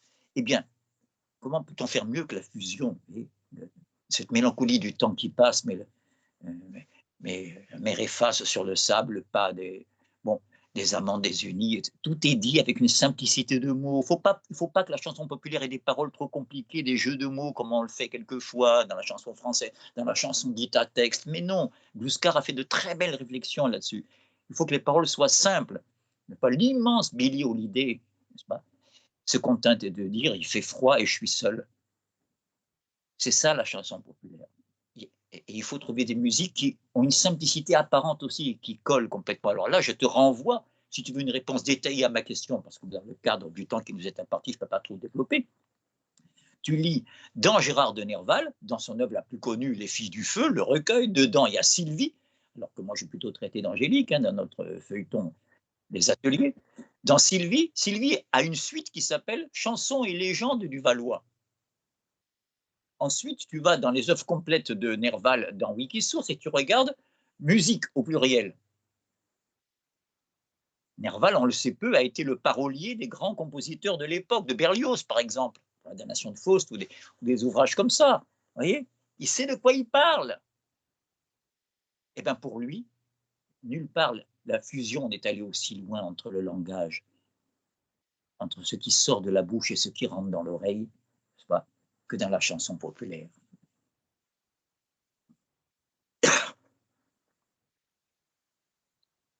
Comment c'était? Dessous le rosier blanc, la belle se promène, blanche comme la neige, belle comme le jour. Au jardin de son père, 3 cavaliers l'ont pris. Et Nerval dit, c'est presque une tragédie en miniature en quelques secondes. Dessous le rosier blanc, la belle se promène, blanche comme la neige, belle comme le jour. Au jardin de son père, 3 cavaliers l'ont pris. Ou bien la belle était assise près du ruisseau coulant, etc., etc. Il prend plein d'exemples. Donc, bien sûr, mais cette subjectivité collective, je reviens à ta question, et les goûts musicaux populaires, mais il n'y a pas plus collectif que... j'irais bien chercher le texte, mais j'ai peur de perdre du temps. Lisez, ça existe en wiki, c'est plus rare, faut vraiment le connaître. Lisez un ouvrage musicologique de Wagner, je ne parle pas de ses œuvres musicales, une étude qui s'appelle Beethoven, tout simplement, une étude sur Beethoven, dans lequel disait Nietzsche, on trouve le meilleur et le pire de Wagner, mais le meilleur. Alors, dans le meilleur, à un moment donné, Beethoven dit qu'il est à Venise, il a un souvenir d'une chose qui lui est arrivée à Venise, où il a composé Tristan. Bon, il sort et il dit, j'entends au loin le chant d'un gondolier, puis un autre qui lui fait écho en pleine nuit comme ça. Il dit, mais quel compositeur a jamais arrivé à la cheville, n'est-ce pas, de cette musique populaire? C'est dans Wagner. Voilà, donc je te rassure. Hein, quel lien faire? Le lien qui me fait vous dire souvent par réaction contre le relativisme que le capitalisme entretient. Le capitalisme rêve que chacun de nous soit enfermé dans une bulle en concurrent, n'est-ce pas, et qu'il n'y ait rien de commun entre vous et moi, ou entre lui et elle. Pas ce capitalisme qui faisait dire à Proust, qui vient d'une société qui fréquentait un milieu assez friqué, même s'il lui ne se réduit pas à ça, bien sûr, mais qui lui faisait dire à ce moment de désespoir, chaque personne est bien seule. Même s'il parle de sa grand-mère, là, qui voit dans le regard du médecin qu'il n'a plus rien à en foutre, qu'elle est condamnée, elle est vieille, tant pis pour elle. Chaque personne est bien seule. Bon, eh bien, moi je vous dis au contraire, nous aimons tous la même chose. Ça vous fait sursauter à chaque fois, mais pas du tout. Moi j'aime les petites brutes bouclées, lui il aime les grandes rousses, je dis n'importe quoi. Moi j'aime le pays des vignes, pour parler comme un poème célèbre, et l'autre aime les pays du Nord et le plat pays qui est le sien, n'est-ce pas, avec ses brumes. Pourquoi pas? Mais ce ne sont pas des individus différents, ce sont des moments différents de la même subjectivité, pour reprendre ton mot. L'essentiel étant le parcours qui mène de l'un à l'autre. C'est ni circulaire ni linéaire la vie, c'est en spirale. Ça semble revenir en arrière et ça progresse en même temps. Donc la subjectivité collective, il y a quelque part, et donc je reprends ce que je disais tout à l'heure en répondant à Camille, hein, c'est marrant comme vos questions sont parallèles. Hein. C'est que les plus grandes musiques savantes, je reviens à Bach, sont faites en sublimant les racines populaires. la gigue, la sarabande, la bourrée. Voilà. On en reparlera, c'est un sujet inépuisable. Mais lisez le passage sur Venise la nuit, dans le Beethoven de Wagner, et lisez ce que Nerval dit des chansons populaires. Voilà. Si vous le voulez bien, et si vous avez du mal à le trouver, je vous enverrai les liens sur notre page Facebook, juste après. Léo, bonsoir Léo, ça fait longtemps qu'on ne s'est pas vu. Va-t-on poursuivre les ateliers sur la logique du sujet? Oui, alors Léo, dès que c'est pas politique, ça l'intéresse pas. Non, je caricature Léo, excuse-moi, parce que je te sens penser. Tu vas me dire, mais j'ai jamais pensé ça. Bon, non, mais si, je te sens penser. Voilà. D'accord, le militant. Voilà. Nous sommes en pleine militance. Pardon pour le barbarisme, ça n'existait pas. En plein. Il faut travailler Baudelaire pour comprendre Marx. Baudelaire cite, Marx cite à chaque page Shakespeare, la Bible. Il faut faire comme Marx. Il faut écouter BFM Business. Je sais que ça fait râler Friot quand je dis ça. J'aime beaucoup Bernard, qui a une bonté infinie. Mais enfin, ça le fait râler. Comment tu peux écouter des choses aussi obscènes? Oui, mais il faut faire comme Marx. Marx, il dévorait les publications des économistes bourgeois. Il faut sortir du b.a.-ba, de l'abstraction. Voilà, je suis un peu sévère là. Hein? Alors quoi, tu es impatient? On est en plein dans la logique du sujet. Tu veux que je reprenne la logique du sujet? Je vais te le faire en 10 secondes. Et sur l'actualité et en plein. Qui tue en ce moment? Qui fait les hécatombes par lesquelles commencent tous les flashs d'actualité? Mon ex-épouse allemande disait qu'à la fin de la guerre en Allemagne, les journaux ressemblaient à des cimetières, il y avait des croix pour ceux qui s'étaient tombés au front. Maintenant, c'est comme ça, le bulletin d'information. D'accord? Mais qui tue? Voilà. Qui? Je suis en train de poser la question du sujet. On a tous été à l'école primaire. Le sujet, c'est ce qui répond à la question qui est-ce qui? Qui est-ce qui tue? Non, non. La réponse précède la question, c'est le virus. Non. Et ça, tu le sais, ça, je sais que je prêche un convaincu. C'est pas le virus. En Corée, en Chine, il est presque éteint. Quelques cas, il y aura quelques répliques comme ça, l'immensité de ce qu'ils ont eu à gérer. Enfin, je pense que nous, on appelle l'apocalypse avec 60 millions d'habitants sur 1,4 milliard. Ils sont arrivés à avoir moins de morts maintenant que nous. Maintenant, l'Italie a dépassé la Chine en nombre de morts globaux. Sainte Europe, comme disait Adamov, un grand communiste. Arthur Adamov, renseignez-vous. C'est un titre d'une de ses pièces, Sainte Europe. Déjà, dans les années 60. Donc, qui tue? La misère de ce qu'est devenu l'hôpital public. Misère humaine, misère matérielle. Le fait qu'on ait besoin de pays qui, il n'y a pas si longtemps, ont montré du doigt comme étant en voie de développement, tiers-monde, émergent, on n'a pas trouvé quelle expression pour les désigner, et qui viennent maintenant nous sauver la mise. Pas. Voilà Poutine qui téléphone à Trump pour dire, vous voulez un avion là pour équiper, nous on a du matériel là pour le personnel de santé, parce que aux États-Unis, si vous n'avez pas la carte, hein, de votre mutuelle qui coûte une fortune, vous pouvez crever sur place, l'ambulance repart sans vous avoir soigné. Qui tue? Voilà la question du sujet, la logique du sujet. On y est en plein là. Et pour ça, il faut analyser le sujet. Il faut passer par un Rimbaud qui dit « je est un autre ». Parce qu'on pourrait dire « c'est moi qui tue ». Oui, mais attends, c'est compliqué le moi. Ce moi qui est haïssable, je reprends, je vais t'empêcher, je vais faire la littérature. Hein? Classicisme, romantisme, modernité d'avant-garde. Hein? Classicisme, Pascal, le moi est haïssable. Romantisme, Hugo. Quand je vous parle de moi, je vous parle de vous. Donc je peux parler du moi tant qu'on veut, c'est ça le romantique. Il étale son moi. Hein, j'en parle ironiquement, mais ça fait du chef-d'œuvre aussi, hein, quand ça s'y met. Dans Hugo, vous avez tout, vous avez du déchet parce qu'il y a des sommets fantastiques. Bon. Donc, thèse, ne jamais parler du moi, mais de ce qui est collectif. Ça reprend la question de Loïc. Après, parler du moi, mais quand je vous parle de moi, je vous parle de vous. Synthèse, Rimbaud, oui, il faut parler de soi, mais attention, je est un autre. Le vrai je, c'est pas le moi dont je suis conscient. Vous voyez? Voilà. Donc, je ne reprends pas la logique du sujet parce que je ne l'ai jamais quitté. D'ailleurs, je ne me souviens pas avoir jamais quitté un seul sujet, je répète toujours la même chose depuis le début. Voilà. Donc, Bastien Castillo, je le salue. Je ne crois pas que son nom me soit familier, mais si c'est un nouveau venu, j'en suis d'autant plus content. Alors qu'est-ce qu'il dit? Je n'ai pas vu sa question, à Castillo. D'accord, merci. Donc, dans Critique du libéralisme libertaire, parle du romantisme, soit du Bouscard bien sûr, comme moment de la scission du nomen et du phénomène, la négation du savoir absolu. Bien, ben ça, pour l'instant, c'est une paraphrase de ce que je me suis permis de développer la dernière fois, où j'ai dit que, et j'ai bien prévenu que c'était une hypothèse que j'apportais, que je n'avais pas, que je ne transmettais pas, qu'on en a énormément discuté avec Bouscard, mais enfin, on était bien seuls, hein.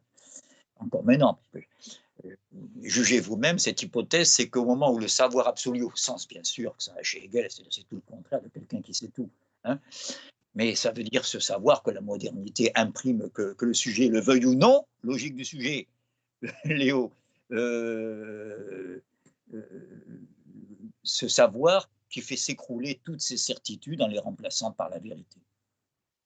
Et c'est cette perte de ce que j'étais avant le savoir, du faux sujet, ce qui fait dire à Hippolyte dans le Phèdre de Racine,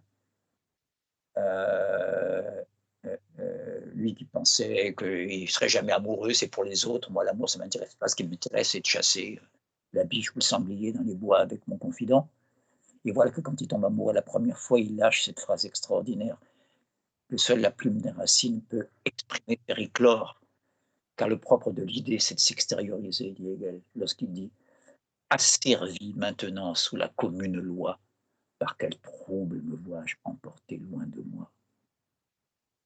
Voyez, voyez, la dépression, je ne suis plus celui que j'étais. Hein, ma vérité, je l'obtiens au détriment de ma certitude. J'étais certain que l'amour, ce n'était pas fait pour moi. Bah, j'étais un petit con, si vous préférez parler français. Bah, asservi maintenant sous la commune loi, par quel trouble me vois-je emporté loin de moi. La modernité va exploser dans cette scission. Mais oui, je étais un autre que celui que je croyais, que celui que je pensais. Donc, le savoir absolu, c'est quand l'essentiel de ces certitudes se sont écroulées. Et je vous ai dit la dernière fois que comme c'est redoutable et que c'est désagréable, toutes ces pertes, surtout le moment le plus délicat où j'ai la perte de ma substance, pour parler en termes hegéliens, de ce que je croyais être, n'est-ce pas, avant que le savoir absolu m'en dépouille. Mais je n'ai pas encore ce que le savoir absolu seul va m'apporter, non plus dans la théorie cette fois, non plus dans le savoir. Et là, je rappelle Léo, je vais lui faire plaisir, mais dans l'action politique. Hegel, contemporain de la Révolution française, le salut, il n'est pas dans le savoir, il est dans l'action, dans la mise en œuvre du savoir absolu. Qui fait dire à Marx, jusqu'ici, les philosophes n'ont fait qu'interpréter le monde, nous voulons le transformer. Mais il y a une période intermédiaire, qui est la nôtre, celle de la société civile bourgeoise. Au sens, excusez-moi, mais en allemand, la société civile est une traduction un peu aléatoire de l'expression allemande Bürgerliche Gesellschaft. Gesellschaft veut dire société, Bürger c'est bourgeois, c'est l'habitant du bourg, le citadin de la ville.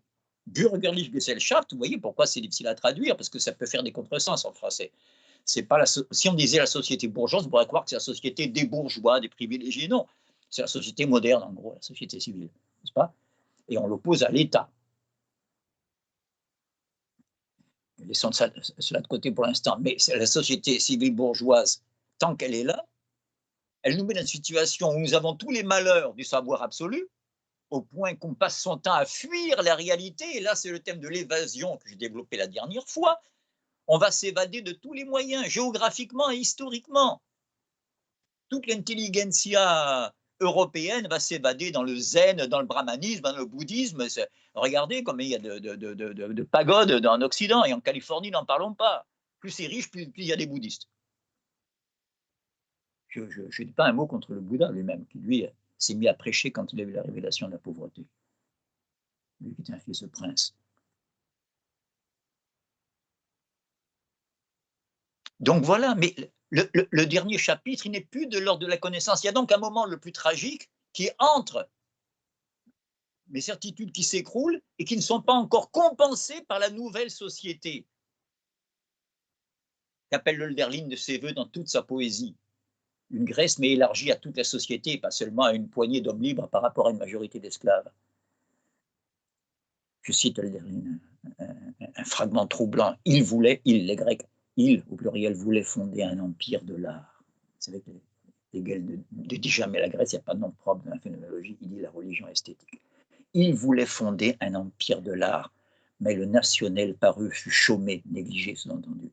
Et la Grèce, beauté lamentable, sombra. Ouais, le national, oui. La partition entre hommes libres et esclaves, c'est quelque chose aussi, n'est-ce pas? Les orientaux savaient qu'un seul est libre, les Grecs sûrs que quelques-uns sont libres, les modernes doivent savoir que tous sont libres. Mais comme on n'en est pas là, en attendant, l'accès au salut, y compris politique, passe par une descente aux enfers. Et là, vous comprenez tout ce qui se passe. Tous les titres comme celui de Rimbaud, qui est le plus emblématique, Une saison en enfer, mais un peu avant Rimbaud, une génération avant, un type comme Nerval, quand il raconte sa folie, la vraie, la clinique, celle pour laquelle il était soigné, un livre qu'on doit à son médecin, qui a dit si vous pouvez mettre vos visions par écrit, ça vous fera peut-être du bien, ce qui était une excellente idée pour l'époque. Nerval dit à la fin, comme conclusion de Aurélia, auquel je vous renvoie, on peut comparer toutes les épreuves que j'ai subies en analogie avec ce que les anciens appelaient une descente aux enfers. Vous voyez? Donc ça se tient tout ça. Donc la question, je la continue, je ne l'ai même pas achevée, hein, mais l'essentiel est dans cette attaque, ce coup d'archer qui est très, très intéressant de Bastien. Dans Critique de Manu Berther, Gluskar parle du romantisme comme moment de la scission du noumène et du phénomène. La négation du savoir absolu est-elle liée à cette scission? Oui, bien sûr, parce que c'est insupportable comme situation. Et la négation de cette scission s'exprime d'abord dans l'action, dans le comportement, par l'évasion. Mon enfant, ma sœur, songe à la douceur d'aller là-bas, pas ici et maintenant. D'aller là-bas, c'est toujours ailleurs que ça se passe. Vivre ensemble, aimer à loisir, aimer et mourir au pays qui te ressemble. Pas besoin de donner un nom ou de chercher sur une carte. Vois sur ces canaux dormir ces vaisseaux dont l'humeur est vagabonde. Vous voyez, il faut que ça vienne de loin. Vois sur ces canaux, il y en a qui ont dit qu'ils voulaient nous emmener en Hollande. Dormir ces vaisseaux dont l'humeur est vagabonde. C'est pour assouvir ton moindre désir qu'ils viennent du bout du monde. Et il y en a qui croient que la mondialisation, c'est leur génération qui l'a inaugurée, n'est-ce pas? C'est pour assouvir ton moindre désir qu'ils viennent du bout du monde. Les soleils couchants revêtent les champs, les canaux, la ville entière d'hyacinthe et d'or. Le monde s'endort. Encore un crépuscule! On s'évade. Bientôt dans le sommeil et dans la rêverie. N'est-ce pas? On s'évade. Autre titre de Baudelaire, n'importe où, pourvu que ce soit hors du monde. C'est dans les poèmes en prose, hein, dans Spin de Paris, que vous trouverez ce poème qui a pour titre, en traduction d'Edgar Poe d'ailleurs, Anywhere out of the world. N'importe où, pourvu que ce soit hors du monde. Mais bien sûr, c'est l'expression de ce que Hegel a premier défini à l'aube de toute cette époque, comme la conscience malheureuse. Si on n'est jamais satisfait de ce qui est là, c'est qu'il y a un malheur. Hein, ce n'est pas le cas des Grecs. Et une autre question que je me pose est, face au mal que Baudelaire exprime et à la reconstitution du nazisme, la seule solution n'est-elle pas de poursuivre la tâche révolutionnaire par l'action d'un sujet collectif? Eh bien, puisque Bastien propose la bonne réponse en même temps qu'il pose la question, je m'efface derrière lui, c'est exactement ma conclusion. D'accord? Mais pour ça, il faut réaliser qu'il y a du malheur. Il ne faut pas faire des alliances avec certains sociodémocrates, mais si les écolos, les féministes, féministes bourgeois, hein, moi, le jour où le salaire des femmes sera égal à celui des hommes, on reparlera de féminisme. C'est pas le même, hein, celui-là. Ah, mais on ne peut pas tout réduire à l'économie. Vous savez, quand ça commence comme ça, c'est qu'un truc pas clair. Pour parler comme les Africains, vous savez, pas clair chez les Africains, ça veut dire c'est louche. Donc voilà, hein, face au mal que Baudelaire exprime, la seule solution n'était pas de poursuivre la tâche révolutionnaire. Si, mais ça, il ne faut pas que ça reste un devoir-être, Bastien, c'est ma seule réserve. Il ne faut pas dire il faudrait. Pourquoi ça ne se fait pas? C'est un échec de l'alliance, c'est quoi? N'est-ce pas?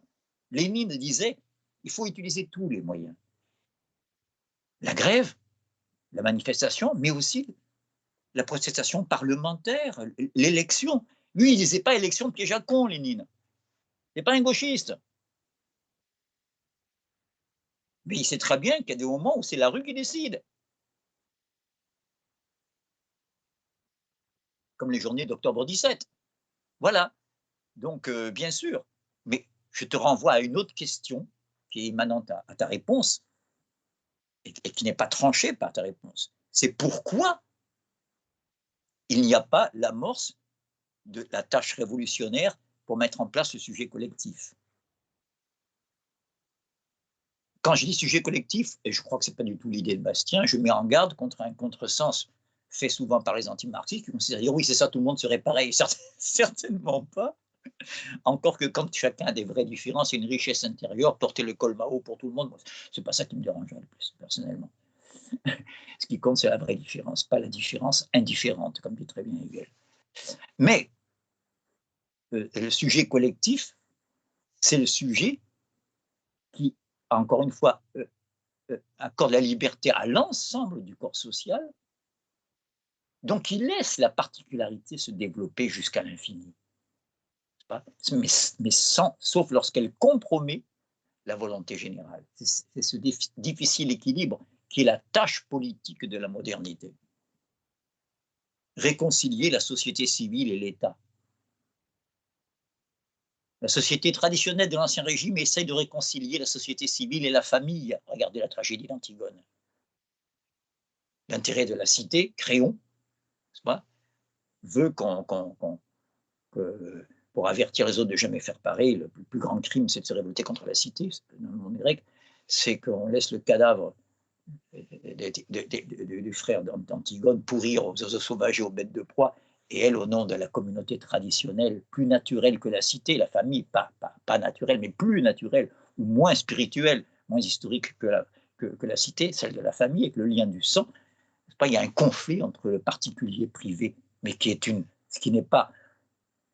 Sophocle n'est pas Hannah Arendt. Sophocle, ce n'est pas un gauchiste qui parle des malheurs de la pauvre Antigone, individu face à la méchante société. Mais non, mais ça, c'est des anachronismes. Ça c'est une Robinsonade, aurait dit Marx. C'est plaqué sur il y a 2500 ans, les conflits de la guerre froide, où il fallait lutter contre le totalitarisme barbare.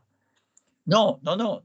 C'est une communauté qui est en conflit avec une autre communauté, non pas un individu contre la communauté. C'est la communauté familiale Antigone contre la communauté politique. Elle le dit admirablement. Ton Zeus a interdit que j'enterre mon frère, mais mon Zeus à moi, le Zeus s'en bat du monde des morts. Voilà, donc ça c'était la tâche de l'Antiquité, résoudre la famille qui est attachée à la tradition et la société civile qui vient toujours remettre en question. Vous voyez, avec les croisades, il y a de nouvelles mœurs qui arrivent en Europe, etc. Bon, je ne vais pas m'égarer. Mais par contre, le monde moderne, c'est le rapport de la société civile et de l'État. Je vous renvoie à ces riches problématiques avec une dernière précision, parce qu'on atteint bientôt les 2 heures, c'est que quand je parle d'État, je parle de la volonté générale à la Rousseau. Je prends collectif dans le sens des questions qui m'ont été posées et par Léo et par Bastien, et non pas de l'appareil d'État au service du privé qui nous dirige depuis si longtemps. La plus grande arnaque du capital, c'est ça. C'est que quand on est mécontent, de nous faire croire qu'il faut en vouloir à l'État. Alors que ce qui nous opprime, c'est l'appareil d'État au service de quoi? De l'absence d'État qu'est le privé. Voilà, je vous laisse sur cette apparente énigme ou paradoxe, comme vous voudrez. Et je vous remercie d'avoir été présent. Et je vous souhaite une confinitude heureuse. Jusqu'à la prochaine fois. Merci Philippe.